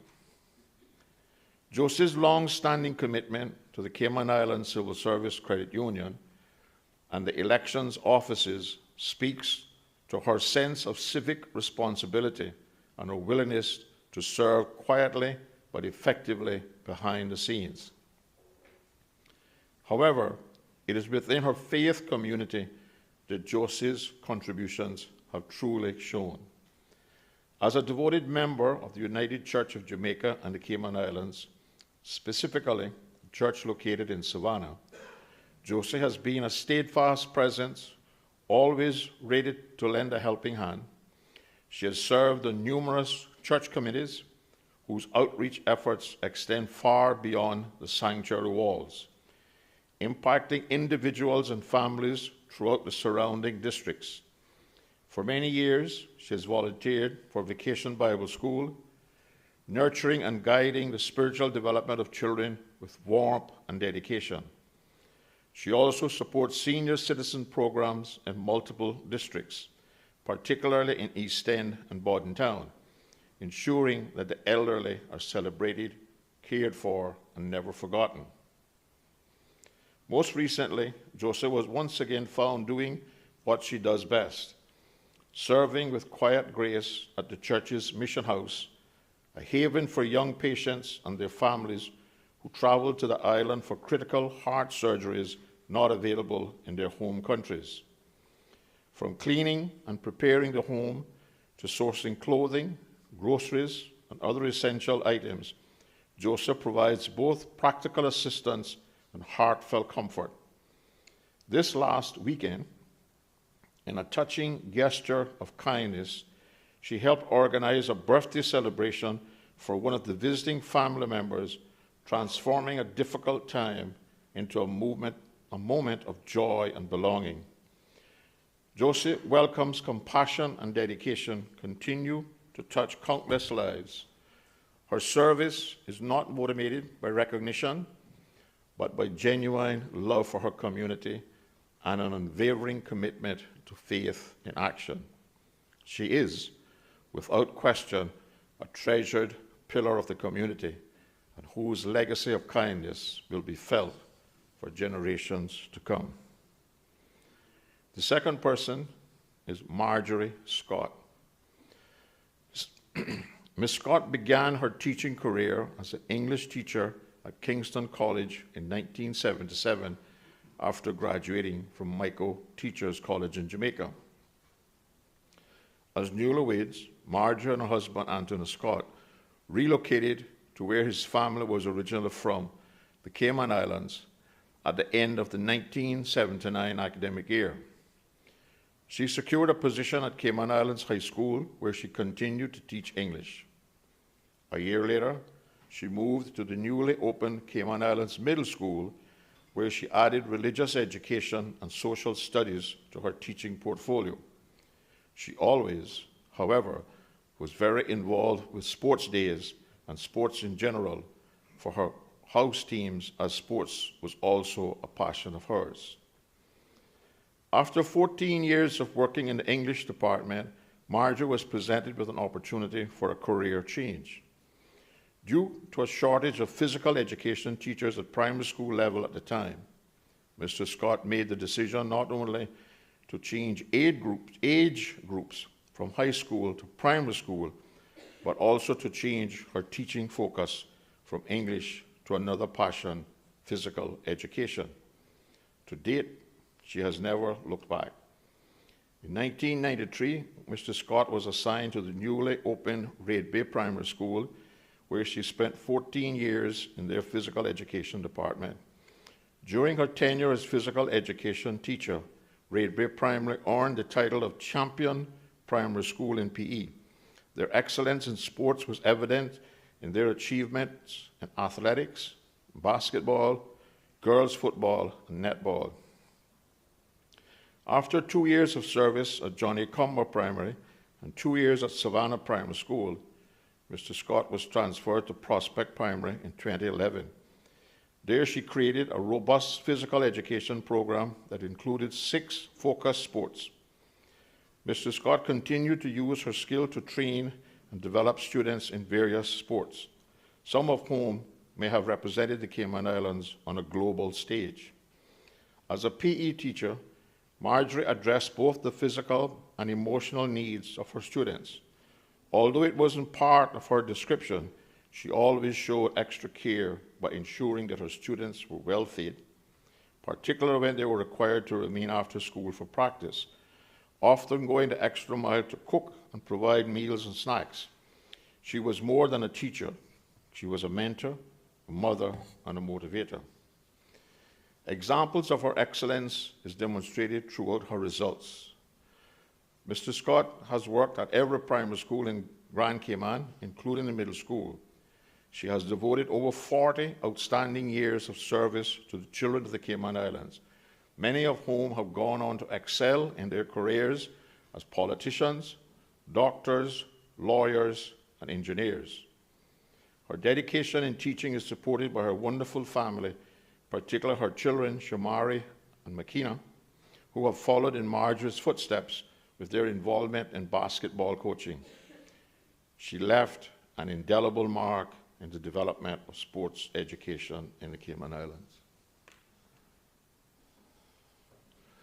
And I also would like to take the opportunity to welcome Madam Speaker, Mr. Smear Lawrence, to the Chambers, and former MP, Ms. Lucille Douglas.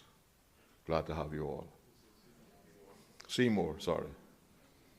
That's very good support of mine back in Northside in the day. And I believe that Miss Janet Hislop was here, and I'm going to take the profound leap and assume that she was representing CNB.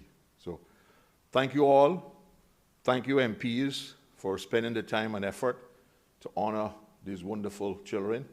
And we look forward to finding a way to constantly promote, support, and celebrate Caymanian children, middle-aged people, teenagers, old people. There's too much negative stuff going on in our community, and we need to find positive ways like this to lift up our community. Thank you all very much.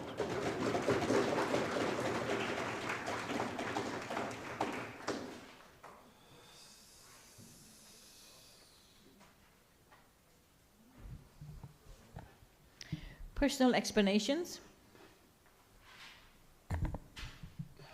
None. Presentation of papers and of reports. Health Insurance Commission Annual Report 2023, 1st of January to the 31st of December 23, Health Insurance Commission in Review. Issue number 16, to be laid on the table by the Honourable Minister of Health, Environment and Sustainability.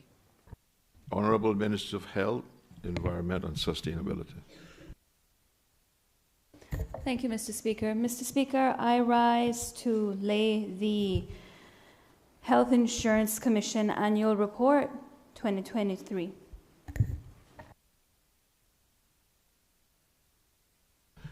Does the honourable member wish to speak to the report?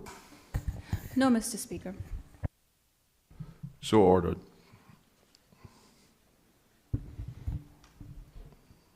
Ministry of Youth, Sports and Heritage, Cayman Islands Government 2024 Annual Report. To to be laid on the table by the Honourable Minister of Social Development and Innovation and Youth, Sports, Culture and Heritage. Minister of Social Development, Innovation, and Youth and Sports, Culture and Heritage. Thank you, Mr. Speaker. Mr. Speaker, in accordance with Section 44(6) of the Public Management and Finance Act 2020 revision, it is my honor to lay before this Honourable House the annual report and audited financial statements of the Minister of Youth, Sports and Heritage for the fiscal year ending on December 31st, 2024. Does the honourable member wish to speak to the report? Just briefly, Mr. Speaker. Mr. Speaker, the Ministry of Youth, Sports and Heritage, now known as the Ministry of Youth, Sports, Culture and Heritage, is responsible for providing strategic and policy direction, advice, funding, and governance support to its departments, units, and statutory authorities. The following departments, units, and statutory authorities under the Ministry in 2024 were the Youth Services Unit, the Department of Sports, the National Gallery of the Cayman Islands, and the Cayman Islands Museum. The subject of culture back under the remit of the Ministry, we also welcome back the Cayman National Cultural Foundation to the Ministry's portfolio as well. Mr. Speaker, the Ministry has 4 priorities that are the foundation of this work and driving forces behind its initiatives. These are talent identification and development, enhancing and empowering our youth, awareness and preservation of culture and heritage, and promoting an active and healthy lifestyle for all.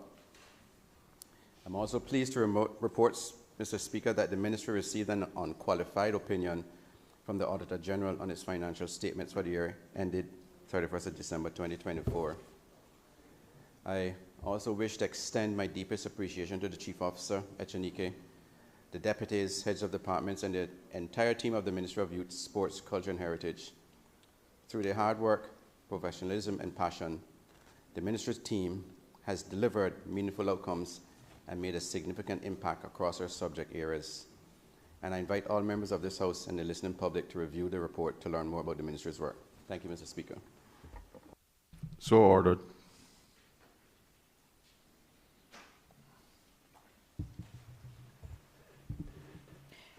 Ministry of Home Affairs, Cayman Islands Government, 2024 Annual Report for the period 1st of January 2024 to the 31st of December 2024, to be laid on the table by the Honourable Minister of District Administration and Home Affairs. Honourable Minister of District Administration and Home Affairs.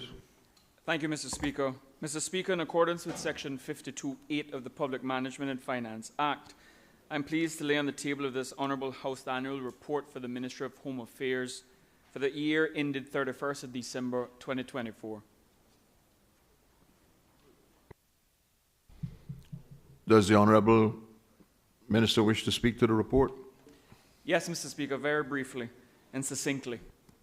Mr. Speaker, this report outlines the Ministry's achievements in enhancing public safety, modernising infrastructure, and strengthening offender management and rehabilitation, efforts aligned with the government's wider priorities of national resilience and improved quality of life. In 2024, the Ministry was responsible for providing policy direction and monitoring the overall performance of its then 6 departments. Key highlights from the report, Mr. Speaker, include enhanced information sharing and collaboration formalized in the first ever joint offender management MOU signed by the Royal Cayman Islands Police Service, the Prison Service, and the Department of Community Rehabilitation. Strengthening of prison security and offender management, including the establishment of an operational analytics unit. Advancement of prisoner rehabilitation efforts, including design, planning for a modern facility and implementation of wellness programs. Expansion of the national CCTV network with over 100 high-definition cameras and new data analysis tools to enhance law enforcement capabilities. A new cross-agency partnership between Coast Guard, Fire Service and Cadet Corps saw a launch of the Sea Cadets and Fire Cadets, which aims to establish career pathways for young Caymanians within the public safety and uniformed service industry. And also the introduction of the Ministry's Emerging Leaders Program to promote excellence in succession planning amongst our ranks. 7 graduates of the first cohort were recognized at the inaugural Frontline Employee event.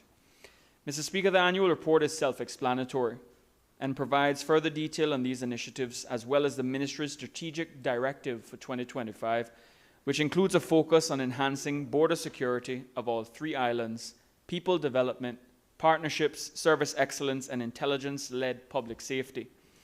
Finally, Mr. Speaker, and most importantly, I extend my sincere thanks to the Ministries, departments, and leadership for their dedication and for achieving an unqualified audit opinion. Thank you, Mr. Speaker. So ordered. Ministry of Finance and Economic Development, Cayman Islands Government Annual Report 2024, to be laid on the table by the Honourable Minister of Finance and Economic Development. Honourable Minister of Finance and Economic Development and Education and Training.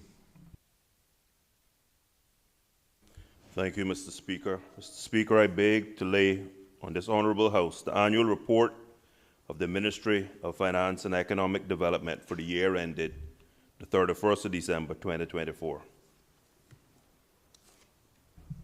Does the Honourable Minister wish to speak to the report? Yes, Mr. Speaker. Just a few brief remarks.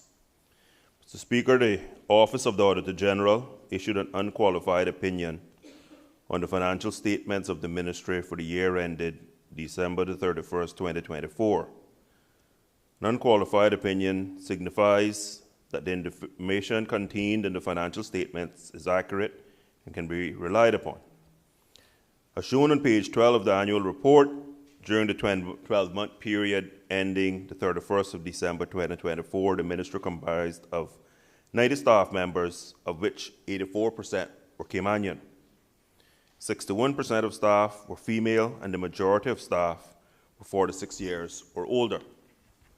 Mr. Speaker, some of the Ministry's key events and achievements during the financial year included processing 720 requests of waiver of stamp and import duties at a value of $8.6 million, conducting public procurement-related training sessions of over 275 attendees, establishing a procurement concerns reporting mechanism to allow for anonymous reporting of procurement concerns both internally and externally, generating $28.9 million in investment revenue from government's investment portfolio, and managing the health insurance benefit of 1,002 seafarers, veterans, and their dependents. On pages 52 to 57, the annual report, Mr. Speaker, the statement of executive financial transactions shows that on behalf of the Cabinet, the Ministry collected $30.5 million in executive revenue, of which $1 million was under budget. The Ministry also incurred $65.1 million in executive expenses, which were $7.1 million below budget. Some of the reasons that contributed towards the overall underachievement of the executive financial transactions were: 1, cruise ship tax departure tax was under budget by $1.6 million due to a decline in cruise ship arrivals. Property insurance stamp duty was over budget by $1.7 million due to an active real estate market. And 3, the general insurance was under budget by $1.7 million, while an increase has been noted in the premiums. It was not as high as anticipated during the budgeting process. Mr. Speaker, the statement of financial position on page 6 of the report shows that the Ministry ended its financial period with $15.6 million in total assets. Of this amount, 12.6, or 81%, is comprised of cash and cash equivalents, which includes cash on hand, cash in transit, and bank accounts with a maturity of not more than 3 months from the date of acquisition. Total liabilities amounted to $1.3 million, the majority of which comprises $0.9 million of other payables and accruals. Net assets, which are total assets less total liabilities, amounted to $14.3 million. Mr. Speaker, the statement of financial performance on page 7 of the report shows that the ministry earned $12.5 million in operating revenue for the year. Almost all of this revenue was earned from the delivery of outputs to Cabinet. The ministry incurred the same amount, $12.5 million, of operating expenses during the 2024 financial year, of which $9.9 million or 79% comprised of personnel cost. The ministry ended the 2024 financial year in a break-even position. Mr. Speaker, I would like to thank the staff and management of the ministry for their hard work during the 2024 financial year, and I look forward to future successes in years to come. I thank you, Mr. Speaker. So ordered. Cynical Annual Report 2024, fiscal year ended 31st of December 2024, to be laid on the table by the Honourable Minister of Finance and Economic Development. Honourable Minister of Finance and Economic Development and Education and Training. Mr. Speaker, I beg to lay on the table of Parliament the annual report of the Cayman Islands National Insurance Company, which is commonly referred to as Cynico, for the year ended 31st December 2024. Does the Honourable Minister wish to speak to the report? Mr. Speaker, just to offer a few brief remarks to this Honourable Parliament. Mr. Speaker, the Office of the Auditor General issued an unqualified opinion on the financial statements of Cynico for the 2024 year. During the 12-month period ending 31st December 2024, Mr. Speaker, Cynico employed 54 staff members, of which 6 were at a senior management level. By the end of 2024, Cynico insured 18,434 persons, which represented a 2% increase from the prior year. The civil servants and pensioners segments realized the largest increases over the prior year, with growth rates of 5% and 6%, respectively. Mr. Speaker, during 2024, Cynico implemented a number of expansion programs as part of its strategic growth and modernization efforts. Firstly, Cynico completed its brand refresh, which included the introduction of a new logo and website. The brand refresh brings an improved corporate image and enhanced customer engagement through modernized branding and communication tools. Mr. Speaker, in 2024, Cynico consolidated all of its Grand Cayman operations and moved into a new state-of-the-art office on Elgin Avenue. Consolidated operations improved the staff's work environment and provided a more efficient and unified customer experience. Thirdly, Cynico also launched an online portal for claims and submissions, which streamlined the processing of claims and improved customer convenience. And finally, Mr. Speaker, Cynico introduced a motor insurance plan in March 2024, followed by home insurance in August 2024. The expansion into property and casualty insurance brings a number of benefits, including addressing the insurance gap caused by reduced reinsurance capacity in the Caribbean. Secondly, providing a safety net for residents who are unable to secure adequate coverage. And lastly, introducing a parametric insurance feature which offers payouts based on storm proximity and wind speed, even without structural damage, and covers incidental costs such as groceries and supplies. As at the 31st of December 2024, Cynico had just over 300 policyholders for home and property insurance. Mr. Speaker, financially, Cynico continues to demonstrate resilience and stability, further strengthening its foundation for sustainable growth. For the year ending December the 31st, 2024, Cynico earned a surplus of $3.1 million compared to the prior year surplus of $8.4 million.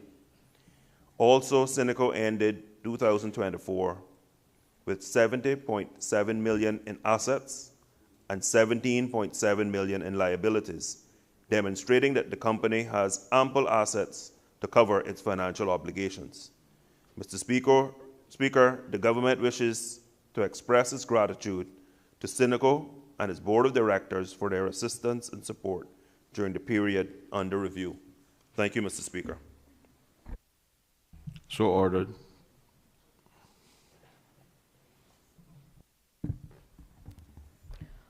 Portfolio of the Civil Service, Cayman Islands Government Annual Report and Financial Statements for the year ended 31st of December 2024, to be laid on the table by the Honourable Deputy Governor. Honourable Deputy Governor, responsible for the portfolio of the Civil Service. Mr. Speaker, thank you very much.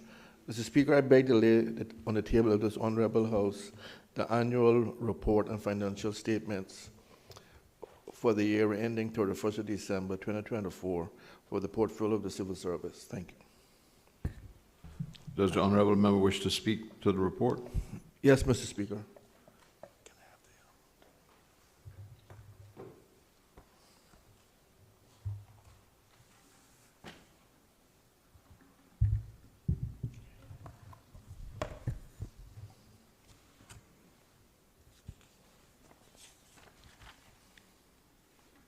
Mr. Speaker, thank you. Mr. Speaker, I'm pleased to report that for the fiscal year ending 31st of December 2024, the portfolio of the Civil Service has yet again received an unqualified audit opinion from the Auditor General, signifying that the portfolio's financial statements present fairly in all material respects the financial position of the portfolio for the stated period. Mr. Speaker, the portfolio of the Civil Service has three strategic areas of delivery: human resource policy, public sector reform, and good governance. The portfolio is comprised of the Office of the Deputy Governor, the Policy Support Unit, the Civil Service College, the Management Support Unit, Strategic and Corporate HR, the National Archives, the Commission Secretariat, the Internal Audit Service, the Elections Office, and the Office of Education Standards, and the Passport and Corporate Services Office.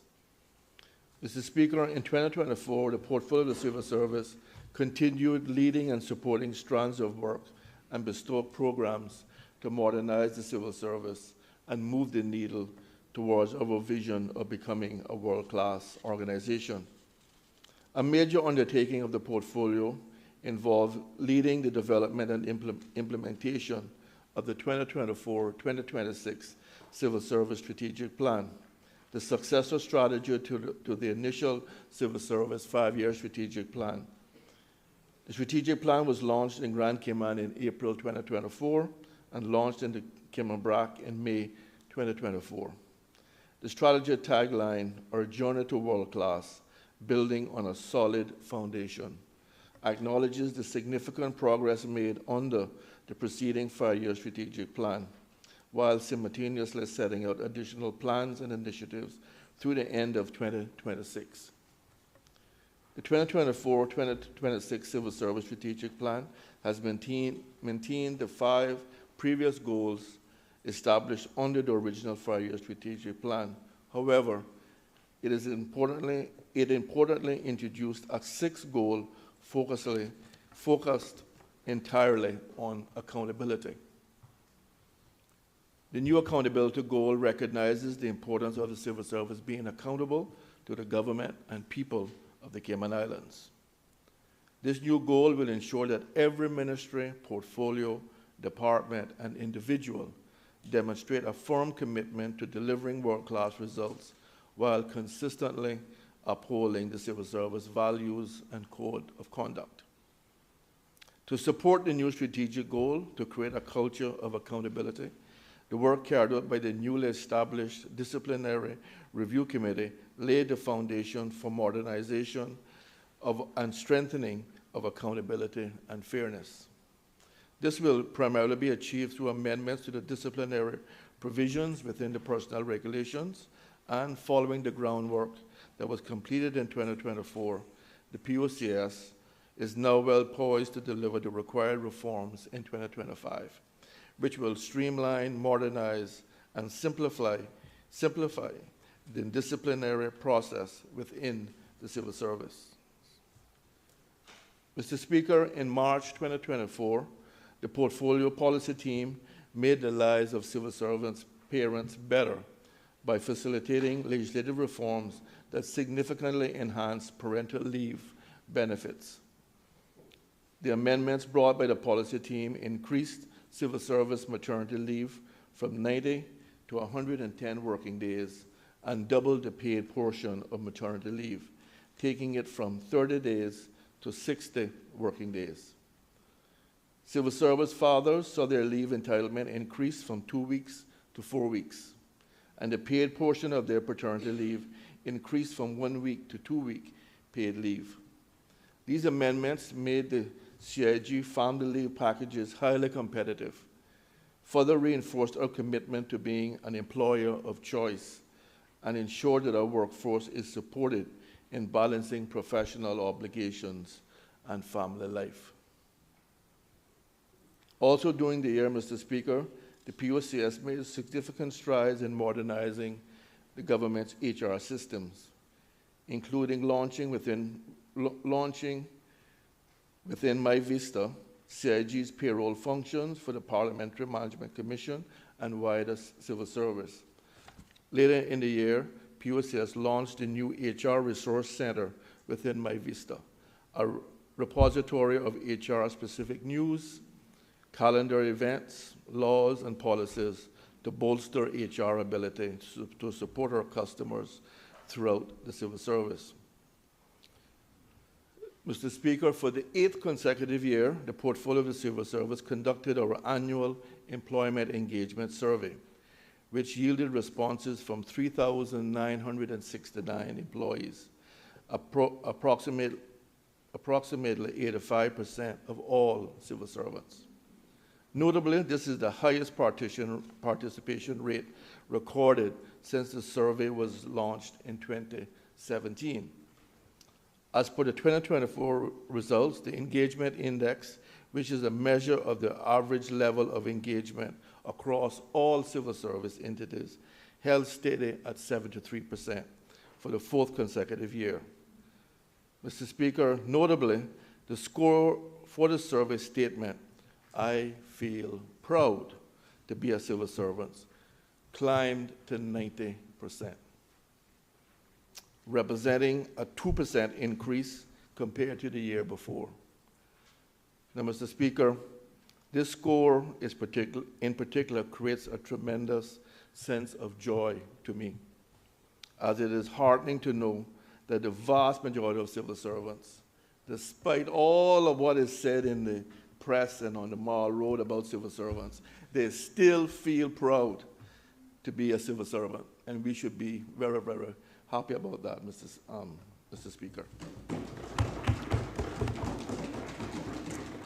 As it relates to continuing education and lifelong learning, the Civil Service College continued to assist with upskilling employees, with over 200 civil servants achieving internationally recognized City and Guilds IIM qualifications in leadership and management, from level 2 to level 7. Additional civil servants completed 5,000 individual LinkedIn learning courses, reflecting over 6,500 hours of online learning. Also during the year, the Civil Service College launched their scholarship program, a framework developed to provide eligible Caymanian scholarship applicants with financial support and internal guidance to pursue a degree to master's level. Civil Service Online, a learning management system, was also launched, allowing for increased access to quality learning, better reporting, and improved insights on skill development opportunities for the future. Mr. Speaker, I'm also very proud to say that in 2024, the Civil Service welcomed over 130 Caymanian interns. And Mr. Speaker, that program is very near and dear to me as well, as I started in the civil service as an intern.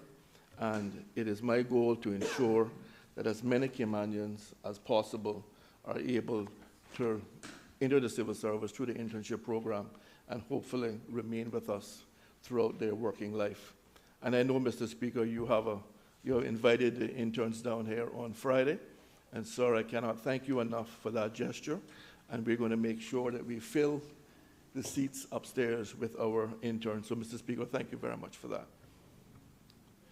Mr. Speaker, continuing on the topic of education, in January 2024, the Office of Education Standards deployed the newly developed Early Childhood Inspection Framework for the first time on the inspections of early childhood settings.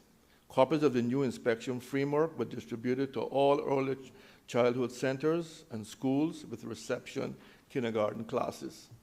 Additionally, the OES team, alongside 2 international inspectors, successfully piloted a risk-based approach to school inspections. This approach prioritizes resources and attention on higher-risk institutions based on educational quality, regulatory compliance, and overall performance.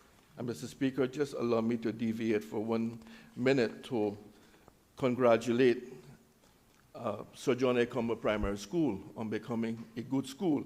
The Office of Education Standards went into that school, they did an inspection, and at the end of that, they were able to award or improve that school from satisfactory to good. And I want to go on record in really recognizing our Caymanian principal there, Ms. Giovanna Wright, and all of her teachers, all of her staff, and the entire ministry for all the work they have done to get the school from satisfactory to good. Mr. Speaker, it is something that I know the Minister of Education has challenged us to ensure that all of our schools are good, and I'm sure after good, he's going to say, excellent, right? Yes. So, and we shall deliver, Mr. Speaker. We shall deliver. Mr. Speaker, in the area of governance, the Commission Secretariat supported the Commissions for Standard in Public Life in achieving the highest return rate for the Register of Interest process since the process first began in 2020. This helped to foster increased transparency and accountability amongst public officials. The Secretariat also provided support across the various commissions, including assisting with the recruitment of 3 magistrates and 6 Grand Court judges, the processing of 30 human rights complaints, and organizing 4 CSAC hearings, that is the Appeals Commission. Additionally, across the 6 commissions, 10 major public relation and educational initiatives were executed, including engagement with schools on human rights issues, a public awareness campaign related to the Register of Interest, and education for civil servants on the Bill of Rights and the role of the commissions. In the Office of the Deputy Governor, the Strategic Reforms Implementation Unit continued to build competency in areas of business case development and change management. During the year, the SRU facilitated another successful year of the SRU Professional Certification Program, with 63 civil servants achieving globally recognized professional certifications in APM Project Fundamentals and APM Change Management, APMG Agile Project Management, and APMG Better Business Case Writing. Mr. Speaker, the Office of the Deputy Governor also established a senior leadership committee dedicated to overseeing risk, drafted a comprehensive enterprise risk management framework, developed and implemented an internal risk register, and completed a cross-government assessment of the top internal risk. The Office of the Deputy Governor also continued important work in the areas of sustainability, child safeguarding, support for major civil service projects, and the provision of citizenship services. Mr. Speaker, our colleagues in the Passport Office assumed the process of document legalization in 2024. The process which previously required documents to be signed on behalf of the Governor was adapted so that legislation is now executed on behalf of the head of the Passport and Corporate Services. The Passport Office worked very closely with the Governor's Office and the UK Legislation Office to facilitate this significant change. To strengthen governance, the Cayman Islands National Archive helped to enhance public servants' understanding of records and information management by completely redesigning the static Introduction to Records and Information Management training course into a highly interactive and engaging session available through the Civil Service College online system. Further strengthening good governance, the Internal Audit Service embedded a new quality assurance approach across the IAS team, delivering high-quality audits and recommendations, including 8 investigations, and delivered 1,096 hours of advisory support across the civil service. Mr. Speaker, POCS continued to play a role in community engagement and supporting charitable organizations through the Deputy Governor's 5K Challenge. The 2024 5K raised an impressive $90,000, which was split equally between the 3 local charities, Boys to Men, the NCVO, and the Addison Kelly Memorial Scholarship Fund. Significantly, the 2024 5K Challenge marked a decade of giving back to the Cayman Islands, with a total of $649,000 having been raised and shared between 22 local charities over the 10-year span of the program. I'm sure, Mr. Speaker, that next year all members of this House is going to be joining me in the 5K. On the topic of health and wellness, the CIG Wellness Committee, led by POCS, demonstrated an impressive commitment to fostering employee well-being throughout 2024 by organizing a diverse range of impactful programs and events. The range of programs and events include gym membership deduction program, a number of educational webinars, lunch and learns, positive parenting programs, and a wellness fair, which was held at the Government Administration Building and featured a number of free health care checks and screening. In recognition of the impactful program organized by the Wellness Committee throughout 2024, they were awarded the prestigious OASIS Award for Employee Wellness, which is a testament to their efforts and reach. Mr. Speaker, POCS continued to make lives better by funding the participation of 2 persons in our Second Chances program, a program designed to provide ex-offenders who meet certain criteria access to employment opportunities within the civil service. One participant was paired with a job in the Public Works Department, and the other joined the Department of Agriculture. The addition of the 2 Second Chances participants in 2024 brought the total number of participants who have successfully been matched to jobs in the civil service to 16. Mr. Speaker, that is 16 of our people who previously could not get a job. Some of those persons had been out of a job for 4 to 5 years. And I am pleased to say, Mr. Speaker, that so far we have, as I said, we have placed 17 persons. Only 1 person, Mr. Speaker, has not done well in the program, 1. So again, it proves if we give our people an opportunity, they will take it. So I'm very pleased with that program. Mr. Speaker, another talent management program within the Cayman Islands government is the Emergent Talent Program, which in 2024 provided opportunities for 5 Caymanians to gain experience in their respective fields, with 3 participants joining Public Works and 1 each joining the Cayman Islands National Archive and the Mosquito Research Unit.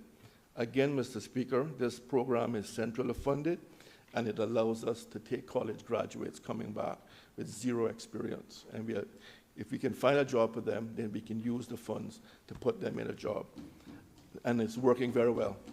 And Mr. Speaker, the government has already indicated its support for this program, and of course we want to now do it on a much larger scale so that to ensure that all our young people coming back from college can have a job lined up for them on return.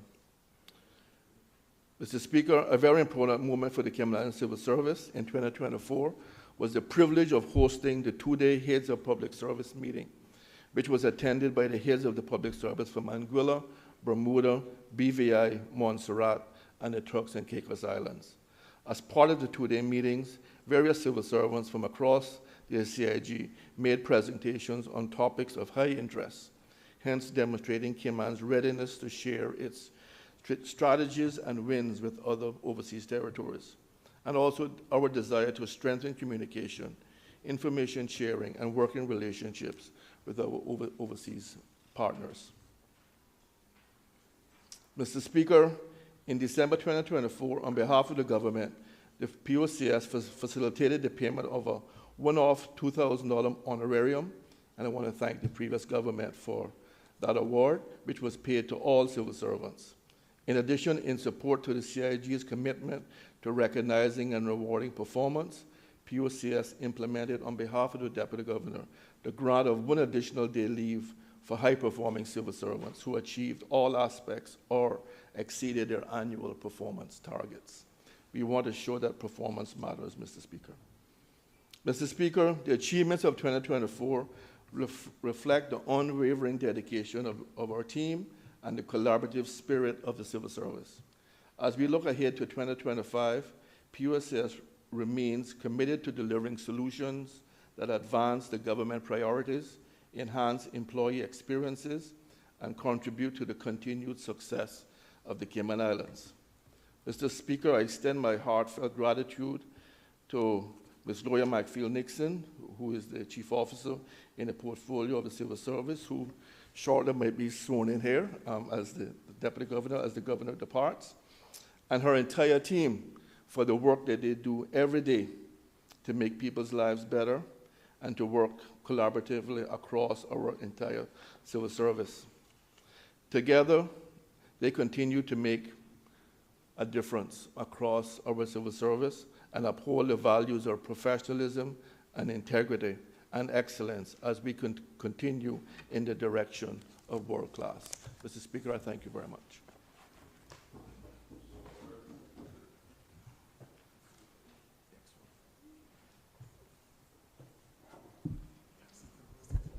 Office of the Commissioner of Police, Cayman Islands Government, Annual Report 2024, to be laid on the table by the Honourable Deputy Governor.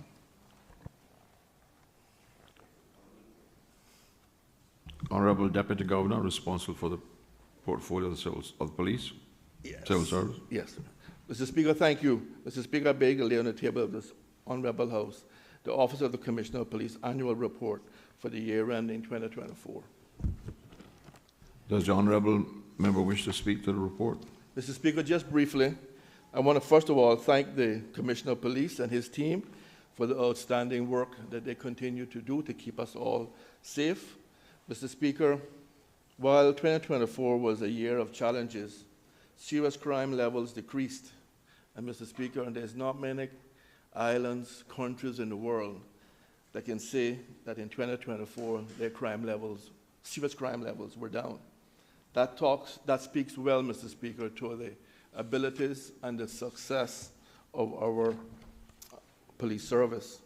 Mr. Speaker, I just want to share some numbers this afternoon in the year in review. The number of incidents reported to the police were 34,934. Crimes recorded, 4,218. Arrests were 2,398. Mr. Speaker, persons arrested through proactive, serious, and organized crime investigation searches was 98. Mr. Speaker, 15 guns were taken off our streets. Over $3 million worth of drugs was seized or recovered. But, Mr. Speaker, there were 3,253 motor vehicle accidents. In our little island, there were 3,253. Mr. Speaker, I know this government is keen to look into this and to work collaboratively with the RCIP to find a way to get people to slow down and not drink and drive. Because, Mr. Speaker, there were 281 persons that was arrested for driving under the influence. Mr. Speaker, that is a shame. There is no excuse for drinking and driving. There's none. I think we all know if we're tipsy, and I think we all know if we're drunk. Just don't get into the car. Mr. Speaker, 3,215 speeding tickets. Those, Mr. Speaker, those statistics speaks volumes. Mr. Speaker, Her Excellency mentioned that for murders in the Cayman Islands, the police have a 85% detection rate. Mr. Speaker, that is an outstanding achievement. We had I think our first murder of the year happened last week. Yeah, I think it was last week. 2 persons have already been arrested. Mr. Speaker, I was talking to my colleagues in Anguilla, which has a population of 15,000. They have had 23 murders in the last 2 years and 2 detections. Mr. Speaker, we are providing them support right now. Our firearms unit is over there giving them some assistance. We've also sent over our Director of Public Prosecutions to assist them. So, Mr. Speaker, I want members and the public to have a read of this report. It is very detailed. It goes into the operations of the RCIP. It tells you exactly how the money is being spent, but it also points out some areas where we as a country need to do better. But, Mr. Speaker, I think we all owe our RCIPS and its leadership a debt of gratitude for the work that they do every day to keep us all safe. Mr. Speaker, I thank you. So ordered.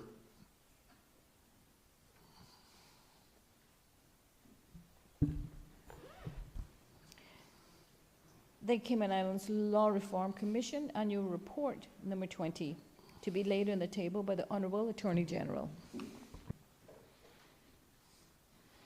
Honourable Attorney General, responsible for the portfolio of legal affairs.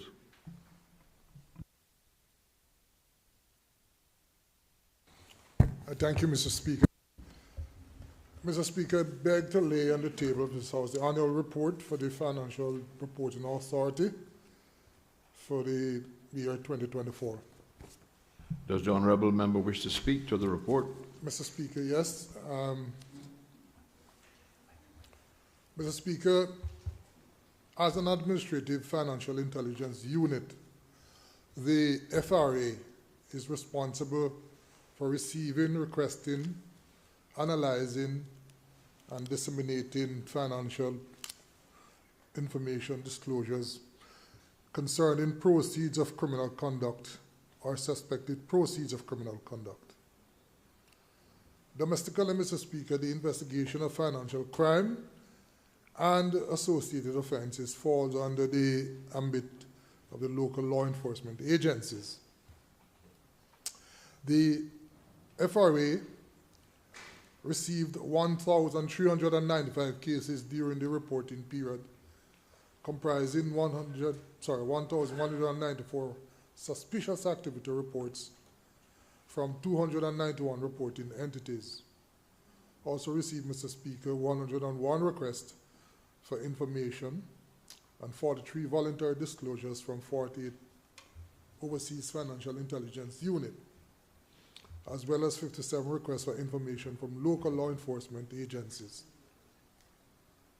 The number of cases received decreased, Mr. Speaker, by some 7% compared to the number of cases received during the 2023 reporting year. Mr. Speaker, in terms of sources of SARS, virtual asset service providers, or VASP, were the largest source of cases, 374 cases. Then banks, 282 cases, followed by overseas financial intelligence units, 144 cases. Investment funds, 120 cases, Mr. Speaker. law enforcement and competent authorities, 86 cases. Company managers, corporate service providers, 75 cases. Mutual fund administrators, 64 cases. Lawyers,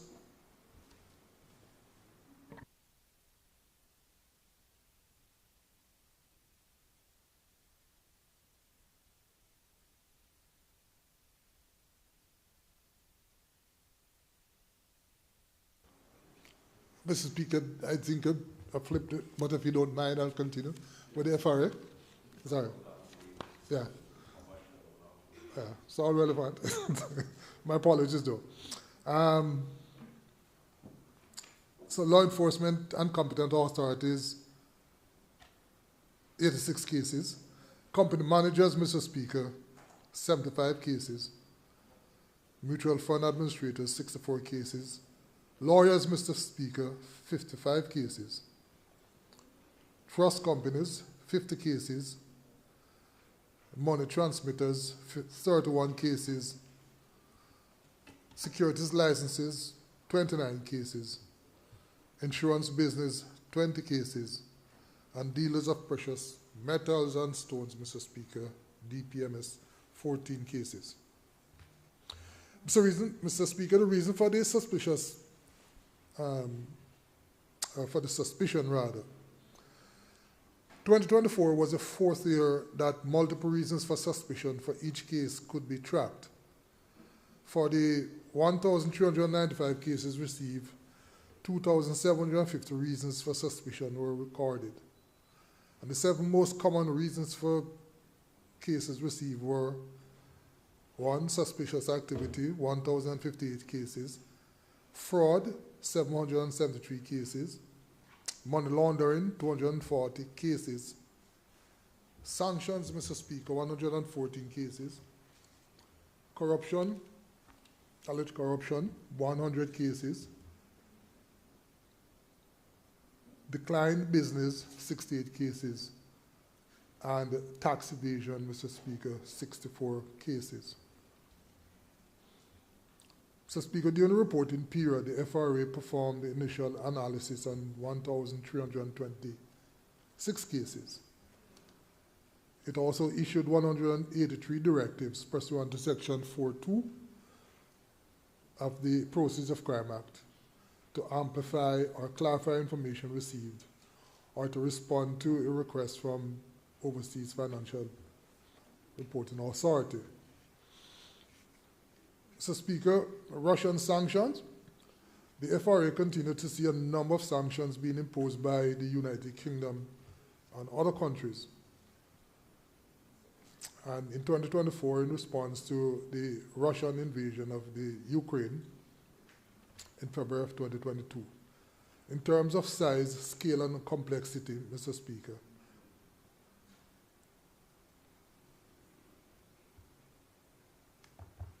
as a result of, it has been another year, Mr. Speaker, of challenges for sanctions implementation due to the increased demand and increasing demand of the FRA. During the reporting period, Mr. Speaker, the FRA published 102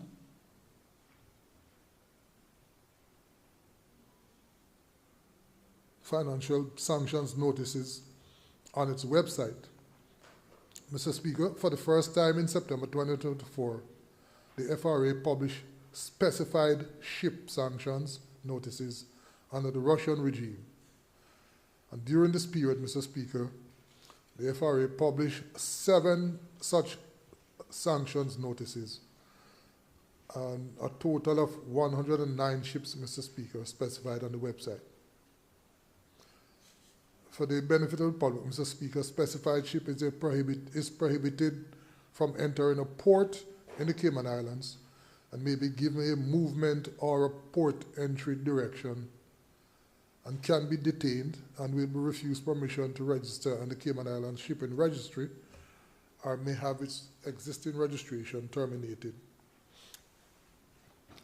Mr. Speaker, relevant firms continue to submit information concerning funds or economic resources belonging to owned, held, or controlled by a designated person.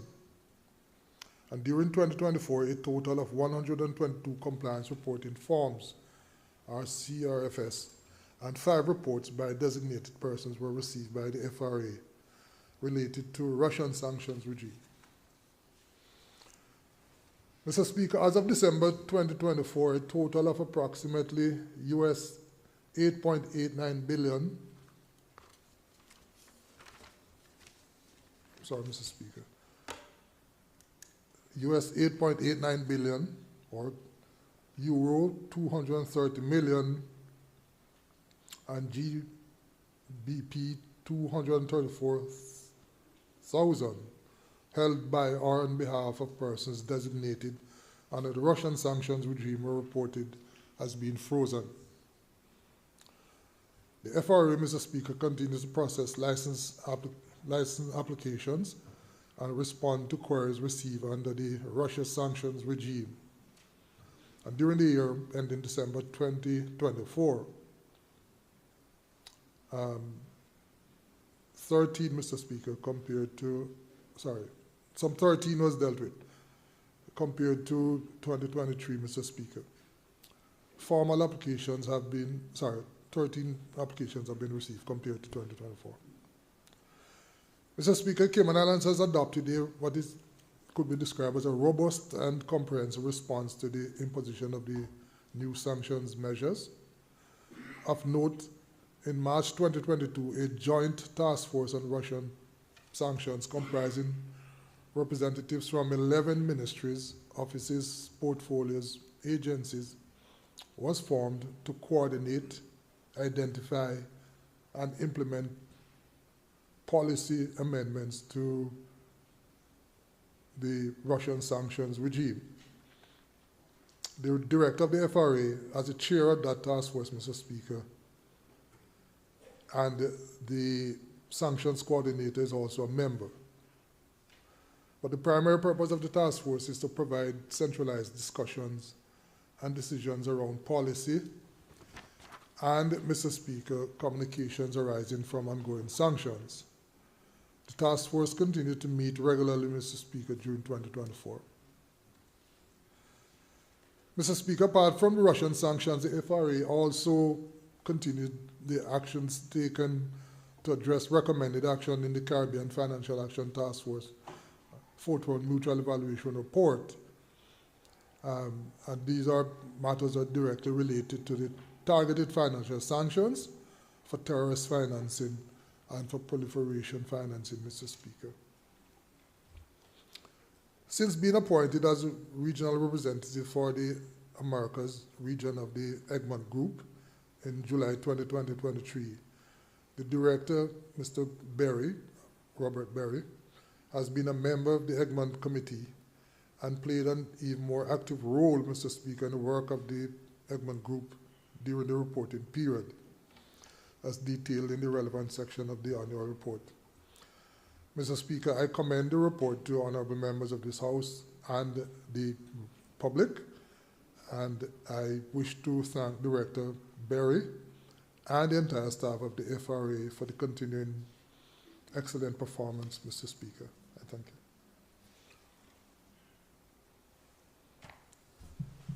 So ordered for the Financial Reporting Authority. We can now speak to the Cayman Islands Law Reform Commission. Thank you, Ms.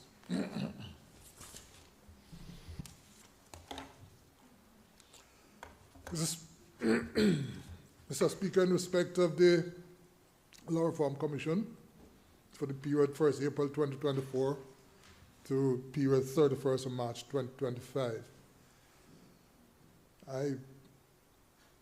Mr. Speaker, the Commission, as we know, is established under the Law Reform Commission Act 2019 revision, with its core mandate being to promote this systematic development and reform of the laws by eliminating legal anomalies, simplifying complex legislation, repealing obsolete enactments, and recommending new laws that advance justice and good governance. Mr. Speaker, this report is particularly significant as it marks the 20th year milestone of the Commission's operations, having been established in 2005. Sir. At that time, Mr. Speaker, the Commission was established out of a recognition that the legal framework of the Cayman Islands, while functional, was in need of structured and continuous reform to keep pace with social, economic, and constitutional development.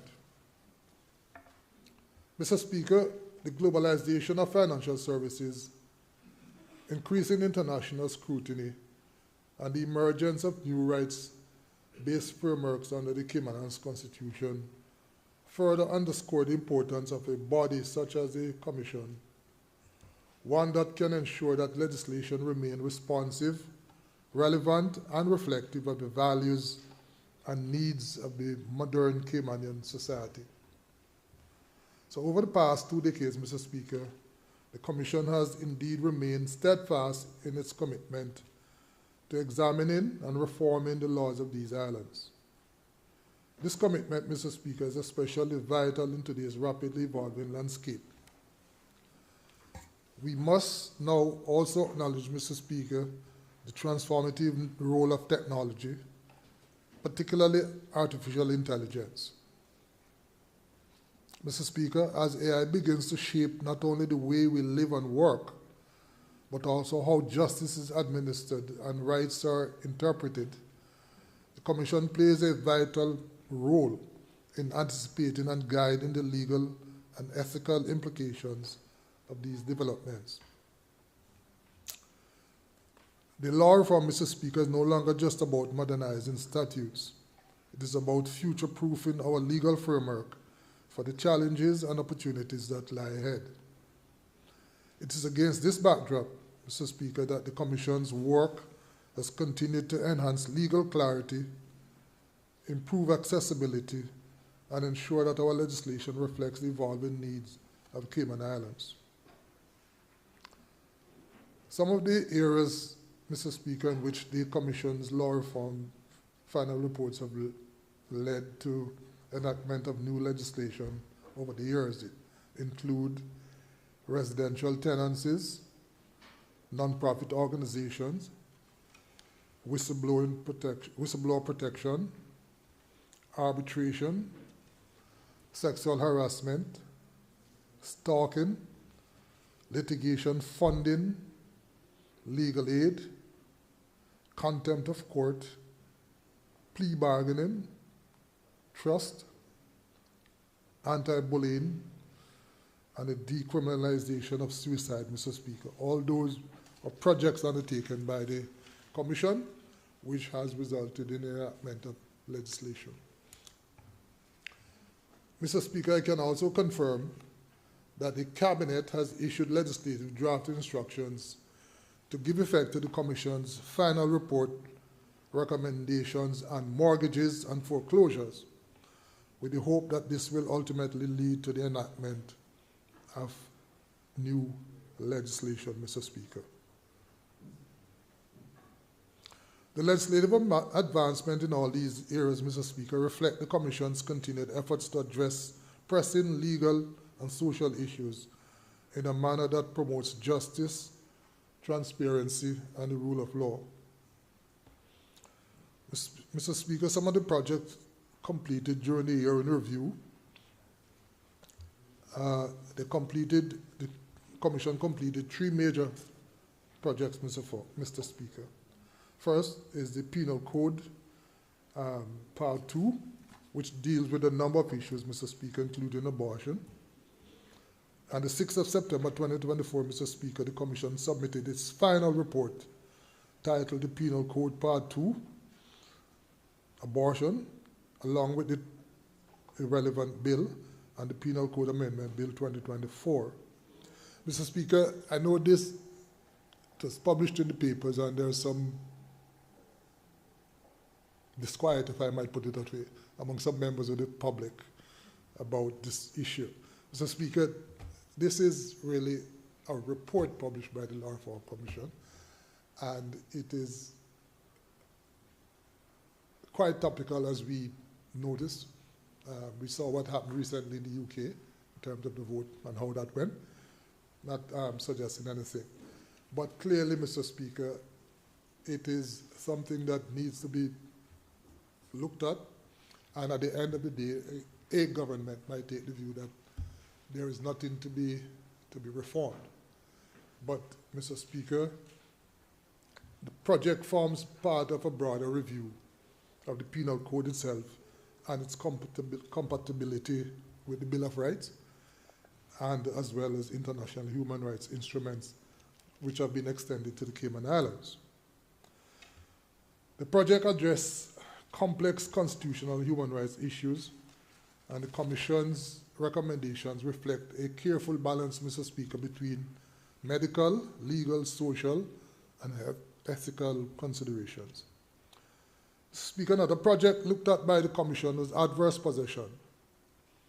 On the 12th of March 2025, the Commission submitted its second final report for the year, titled Adverse Possession, with the accompanying Registered Land Amendment Bill 2025. The project, Mr. Speaker, sought to determine whether the common law doctrine of adverse possession, under which a person can acquire title through continuous possession, remains appropriate under Cayman's system of registered land, Mr. Speaker. And again, I would ask members of the public to have a look at the consultation document that was published, Mr. Speaker. The issue of adverse possession is one that we feel is quite relevant, and the Commission obviously felt that way as well. And we are aware of disputes from time to time about whether someone is entitled to acquire title through adverse possession, having enjoyed undisturbed, if I might call it that, occupation over 12 years or more in these islands. Mr. Speaker, the other project that was looked at is the Settled Land Act. On the 12th of March 2025, the Commission submitted its third final report, titled Settled Land Act, together with the Settled Land Act Amendment Bill. Mr. Speaker, that act, the Settled Land Act, enables the creation of successive interest in land. However, it is rarely used and presents technical complications for land registrations and trust, Mr. Speaker. Mr. Speaker, I'm hoping in due course, in keeping with the usual practice, to place these three final reports before Cabinet for consideration. And it is entirely a matter, Mr. Speaker, for the Cabinet of the day, what becomes of these reports. They are, Mr. Speaker, recommendations. That's what they contain, and recommendations for legislative changes and ultimate policy decisions. But, Mr. Speaker, government is not bound to accept or adopt any of the recommendations. It is entirely a matter for government whether or not to take the direction of travel suggested by the Commission in its report. Mr. Speaker,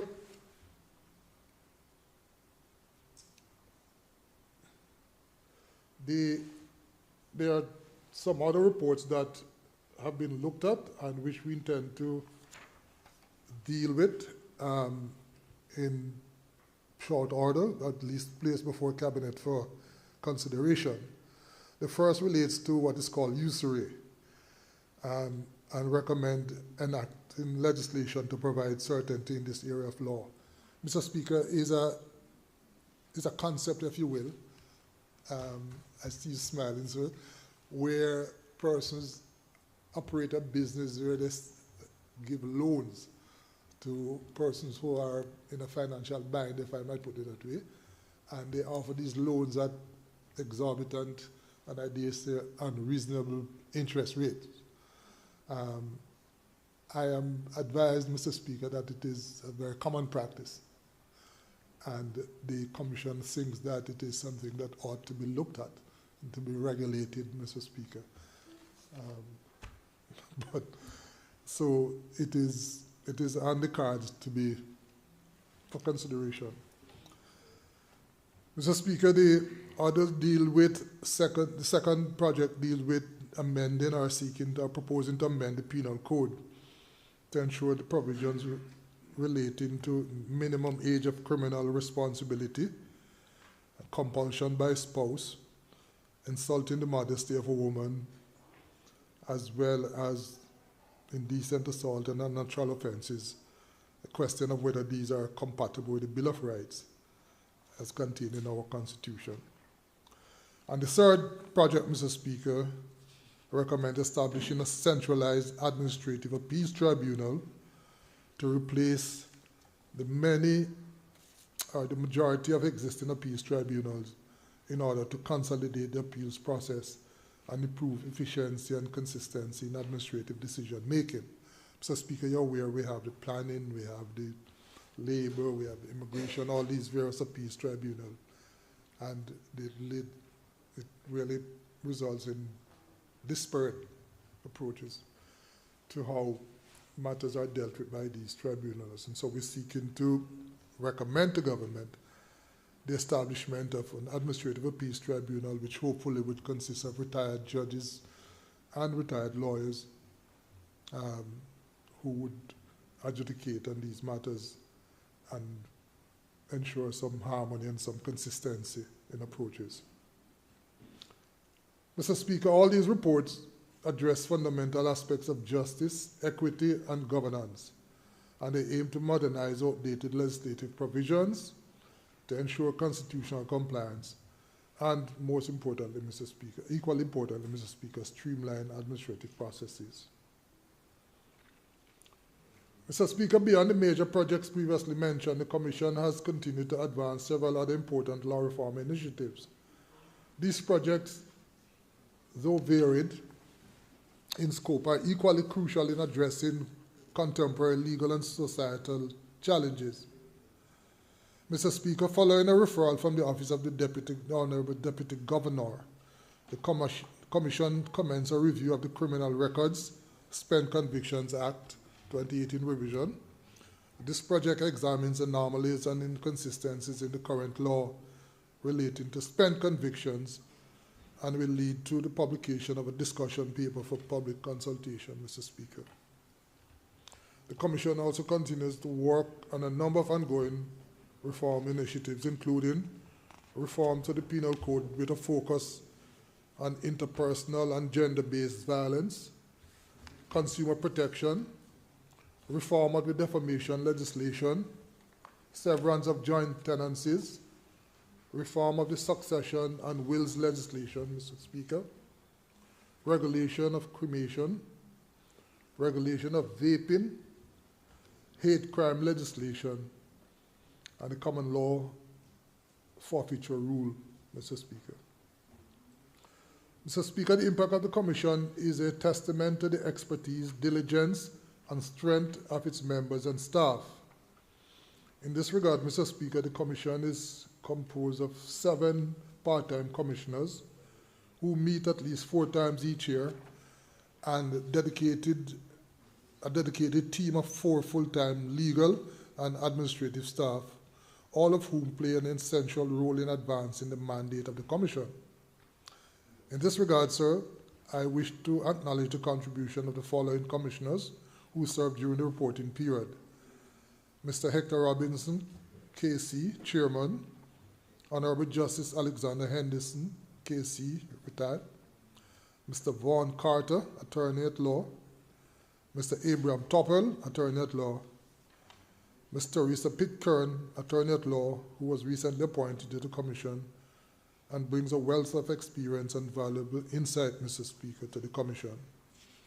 Ms. Reshma Sharma, KC Solicitor General, and Mr. Simon Davis, Director of Public Prosecutions. Mr. Speaker, given that it's the 28th year, I'd also like to acknowledge the contribution from former members, former chairmen and members of the Commission over the last 2 decades.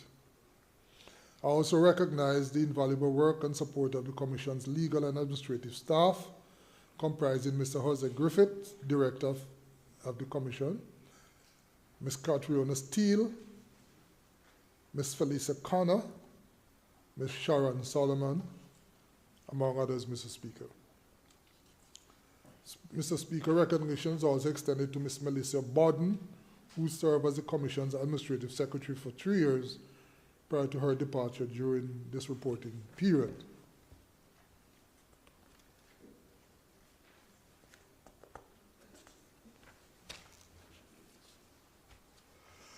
Mr. Speaker, it is through the collective expertise and dedication of the Commission that it continues to serve as one of the key authorities in shaping the legal landscape of these islands. I take this opportunity to particularly highlight the evolution of the legal and administrative team of the Commission, Mr. Speaker. Mr. Speaker,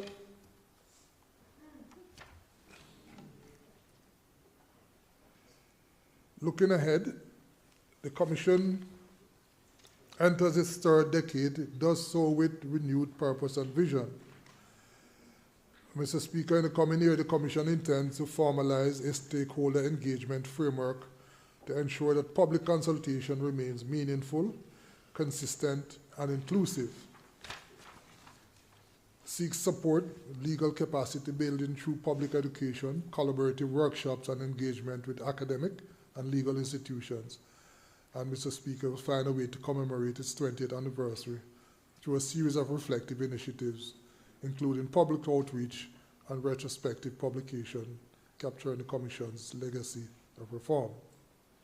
These efforts, Mr. Speaker, will ensure that law reform remains not only relevant, but participatory and transparent, anchored, sir, in the lived experiences of those it seeks to serve. In conclusion, Mr. Speaker, I wish to reiterate the importance of maintaining a modern, responsive, and principled legal system that reflects the realities and the aspirations of these Caymanian people.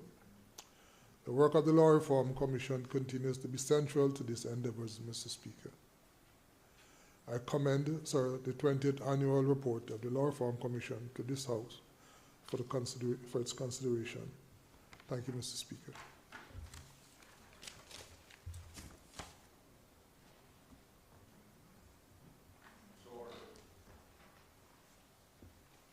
Anti-corruption.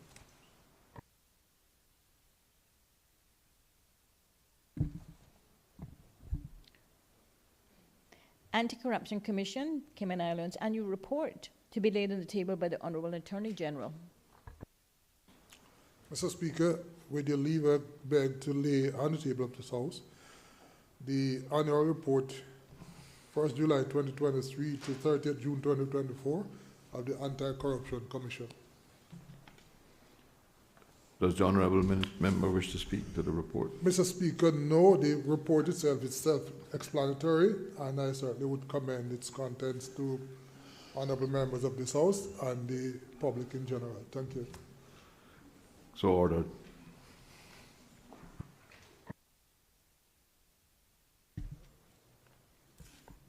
Premier questions?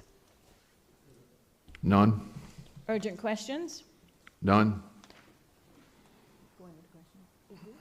Just one. Questions to members of the government.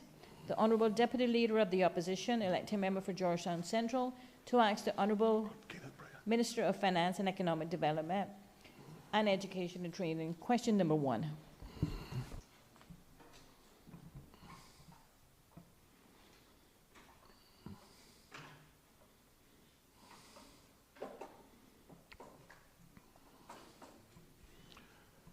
Honourable Deputy Leader of the Opposition. Thank you, Mr. Speaker. I rise to ask the first question standing in my name on the order paper number 1 to the Honourable Minister for Finance, Economic Development, Education and Training. The question states as such, Mr. Speaker. Can the Honourable Minister say whether the government still project to show a deficit at the end of the current budget year in light of the first quarter surplus recently announced in the first quarter reports. Read the question. Honourable Minister for Finance, Economic Development and Education and Training. Mr. Speaker, yes. The first quarter of each year always produces a surplus because the majority of government's revenue is received before March 31st due to the income earned from financial services and the tourism industry's peak season. Historically, the last months for the year have operated at a deficit. Further, the possibility of a deficit for 2025 can be significantly attributed to the expansionary fiscal policies that were approved during 2024 and the 4-month period ending April 30th, 2025. Some of the aforementioned fiscal policy decisions that would significantly impact the possibility of a deficit for 2025 include: 1. Increasing the amount of financial assistance to eligible Caymanians by $14.4 million per year for a variety of expenses including food, accommodation, utilities, burial assistance, medical expenses, which are not covered by health insurance, clothing, transportation, internet, phone, and support for children, such as preschool assistance, camps, after-school care, school uniforms, shoes, and other supplies. Increasing the ex gratia benefits for seamen and ex-servicemen from $1,250 to $1,500 per month for an estimated impact of $2.4 million annually. Increasing the minimum cumulative pension from $1,250 to $1,500 per month for an estimated annual impact of $5.3 million. Awarding a 5% cost of living adjustment to civil servants, effective 1 January 2025, at an estimated annual cost of $20 million. And 5, granting the Church of God, Chapel West Bay, $900,000 for the development of a new sanctuary, which will also include a building that will function as a designated hurricane shelter, and the grant of non-profit organization EGAR's members and Manna Foundation a $750,000 grant for the development of a multi-purpose community center in Georgetown. Since first quarter of 2025, the government has incurred monthly deficits for April and May with comparative amounts to April and May 2024 as follows. April 2024 showed a deficit of $10.7 million.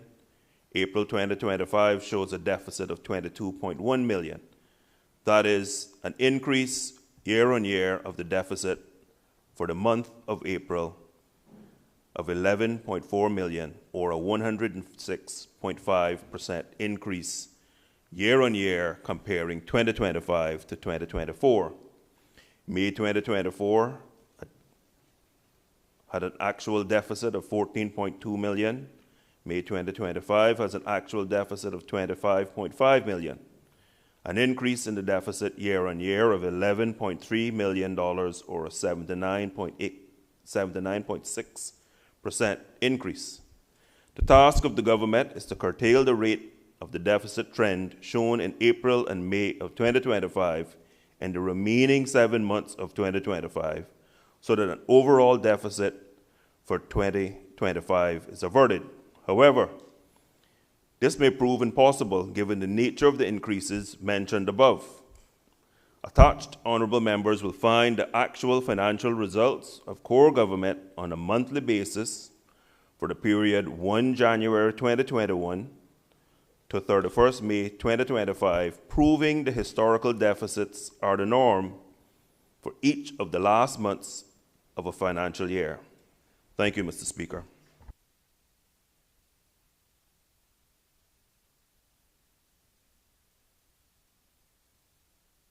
Honourable Deputy Leader of the Opposition. Thank you, Mr. Speaker. First, I want to say, before I pose my supplementary to the Honourable Minister, thank you for the comprehensive answer. And I want to say thank you so much to the staff in Parliament. We're going through this transition of electronic means. Normally, we would pass out the answer, and I'm very impressed to say as soon as the Minister started to answer the question, I was able to click on the share file and see everything right before me. So I'm transitioning with you, sir. Answer the question. Ask the question, please. All right, Mr. We have some time constraints. We want to go to the Siemens thing, so ask your question, please. Thank you, Mr. Speaker. I was just trying to be kind to your staff, but okay. We got plenty of time. Mr. Speaker, can the Honourable Minister say whether the preview projections did not consider those approvals that the Minister just outlined, which would have been approved before the preview was reported? So is the Minister suggesting that the finance team did not consider those things that he just highlighted because they would have been considered in the preview, because the preview report says so? Honourable Minister. Mr. Speaker, the member is confused. Of course it considered it. That's why it projected a deficit. Thank you, Mr. Speaker. Mr. Speaker. Honourable Deputy Leader of the Opposition. Thank you, Mr. Speaker. Mr. Speaker, is it fair, am I of the full understanding, can the Minister confirm that the $54 million extra was $54 million more than the preview projected in its report? Honourable Minister. Mr. Speaker, could the member repeat the question? I'm not sure what the $50.2 million more is being referred to. Thank you, Mr. Speaker. Mr. Speaker, if you would allow me a little bit of leeway so the Honourable Minister can properly answer the question. The report was done in February. It would have considered all the things the Honourable Minister just highlighted, all the approvals of the past administration and past cabinet, all the expenses that he just highlighted that would have caused the deficit. The actual comes in for the first quarter, which included the projections by the preview, with $54 million more in revenue than the preview projected. So if we had a deficit of $26 million and that preview did not consider the $54 million, how can we possibly have a deficit at this point unless something has changed since the government has come into play? Honourable Minister. Mr. Speaker, let's break this down for the Deputy Leader of the Opposition. The preview, of course, considered the uplift in revenue. He quite rightly said it's $50 million more than 2024. If the member would turn his attention, April, $11.4 million more of a deficit, higher in 2025 than 2024. That's 1 month. May, $11.3 million more. The trend, therefore, Mr. Speaker, is that the deficit is going to be $10 million more every month for 9 months. 9 times 11 is 99. That's $99 million deficit. Take away the $54 million that you're talking about, that's a $26 million overall deficit for the year. It was a projected deficit to the end of the year. Thank you, Mr. Speaker. I got the answer I wanted. I just want the Minister to do one more thing for me. Confirm that the Minister is saying that the preview report took into consideration an extra $54.2 million. Is that what I'm understanding the Minister to say in respect to the preview report, pre-election report? Mr. Speaker, give me 2 seconds to confer exactly what was projected as the extra that the member is referring to.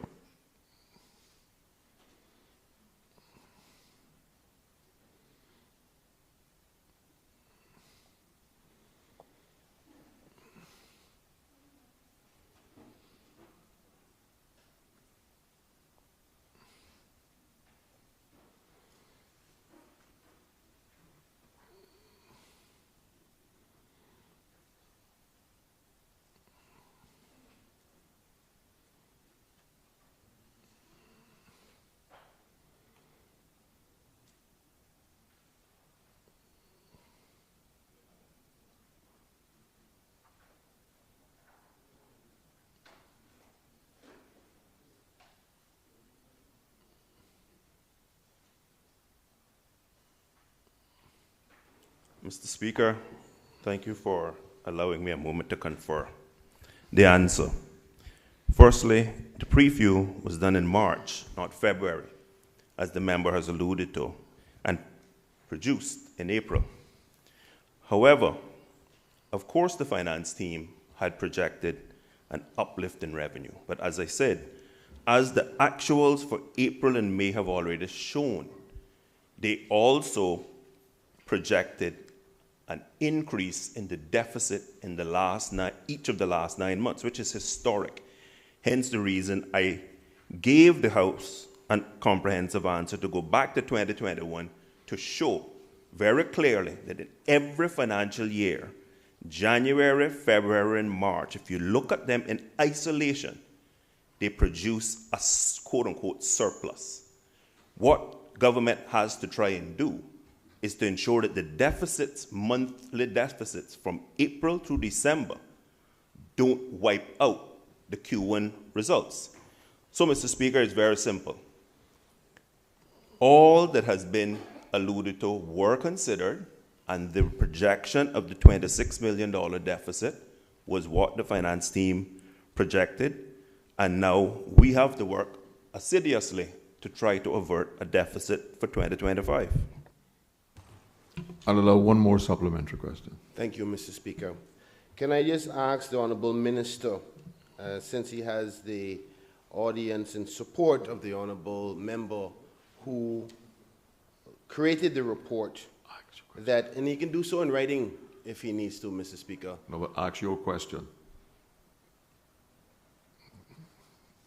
To provide exactly where the first quarter projections were outlined in the preview report in comparison to the first quarter report and the difference and where the $54 million difference came up. I'm happy to get it in writing, and I'll do my homework a little bit later because this definitely not done. Honourable Minister. Mr. Speaker, I am happy to provide the member with the additional information he's referring to. And I know that anyone who has been elected, in particular in cabinet, would know the profiling of the government's performance. In fact, the member from Georgetown East would have lived this for years, knowing that the last 9 months produced a deficit. I'm not sure what to make of this surely not done. What I can say is that if this government does not do work to avert a deficit, 2025 will result in a deficit that has been caused by the expansionary fiscal policies of the previous administration, period.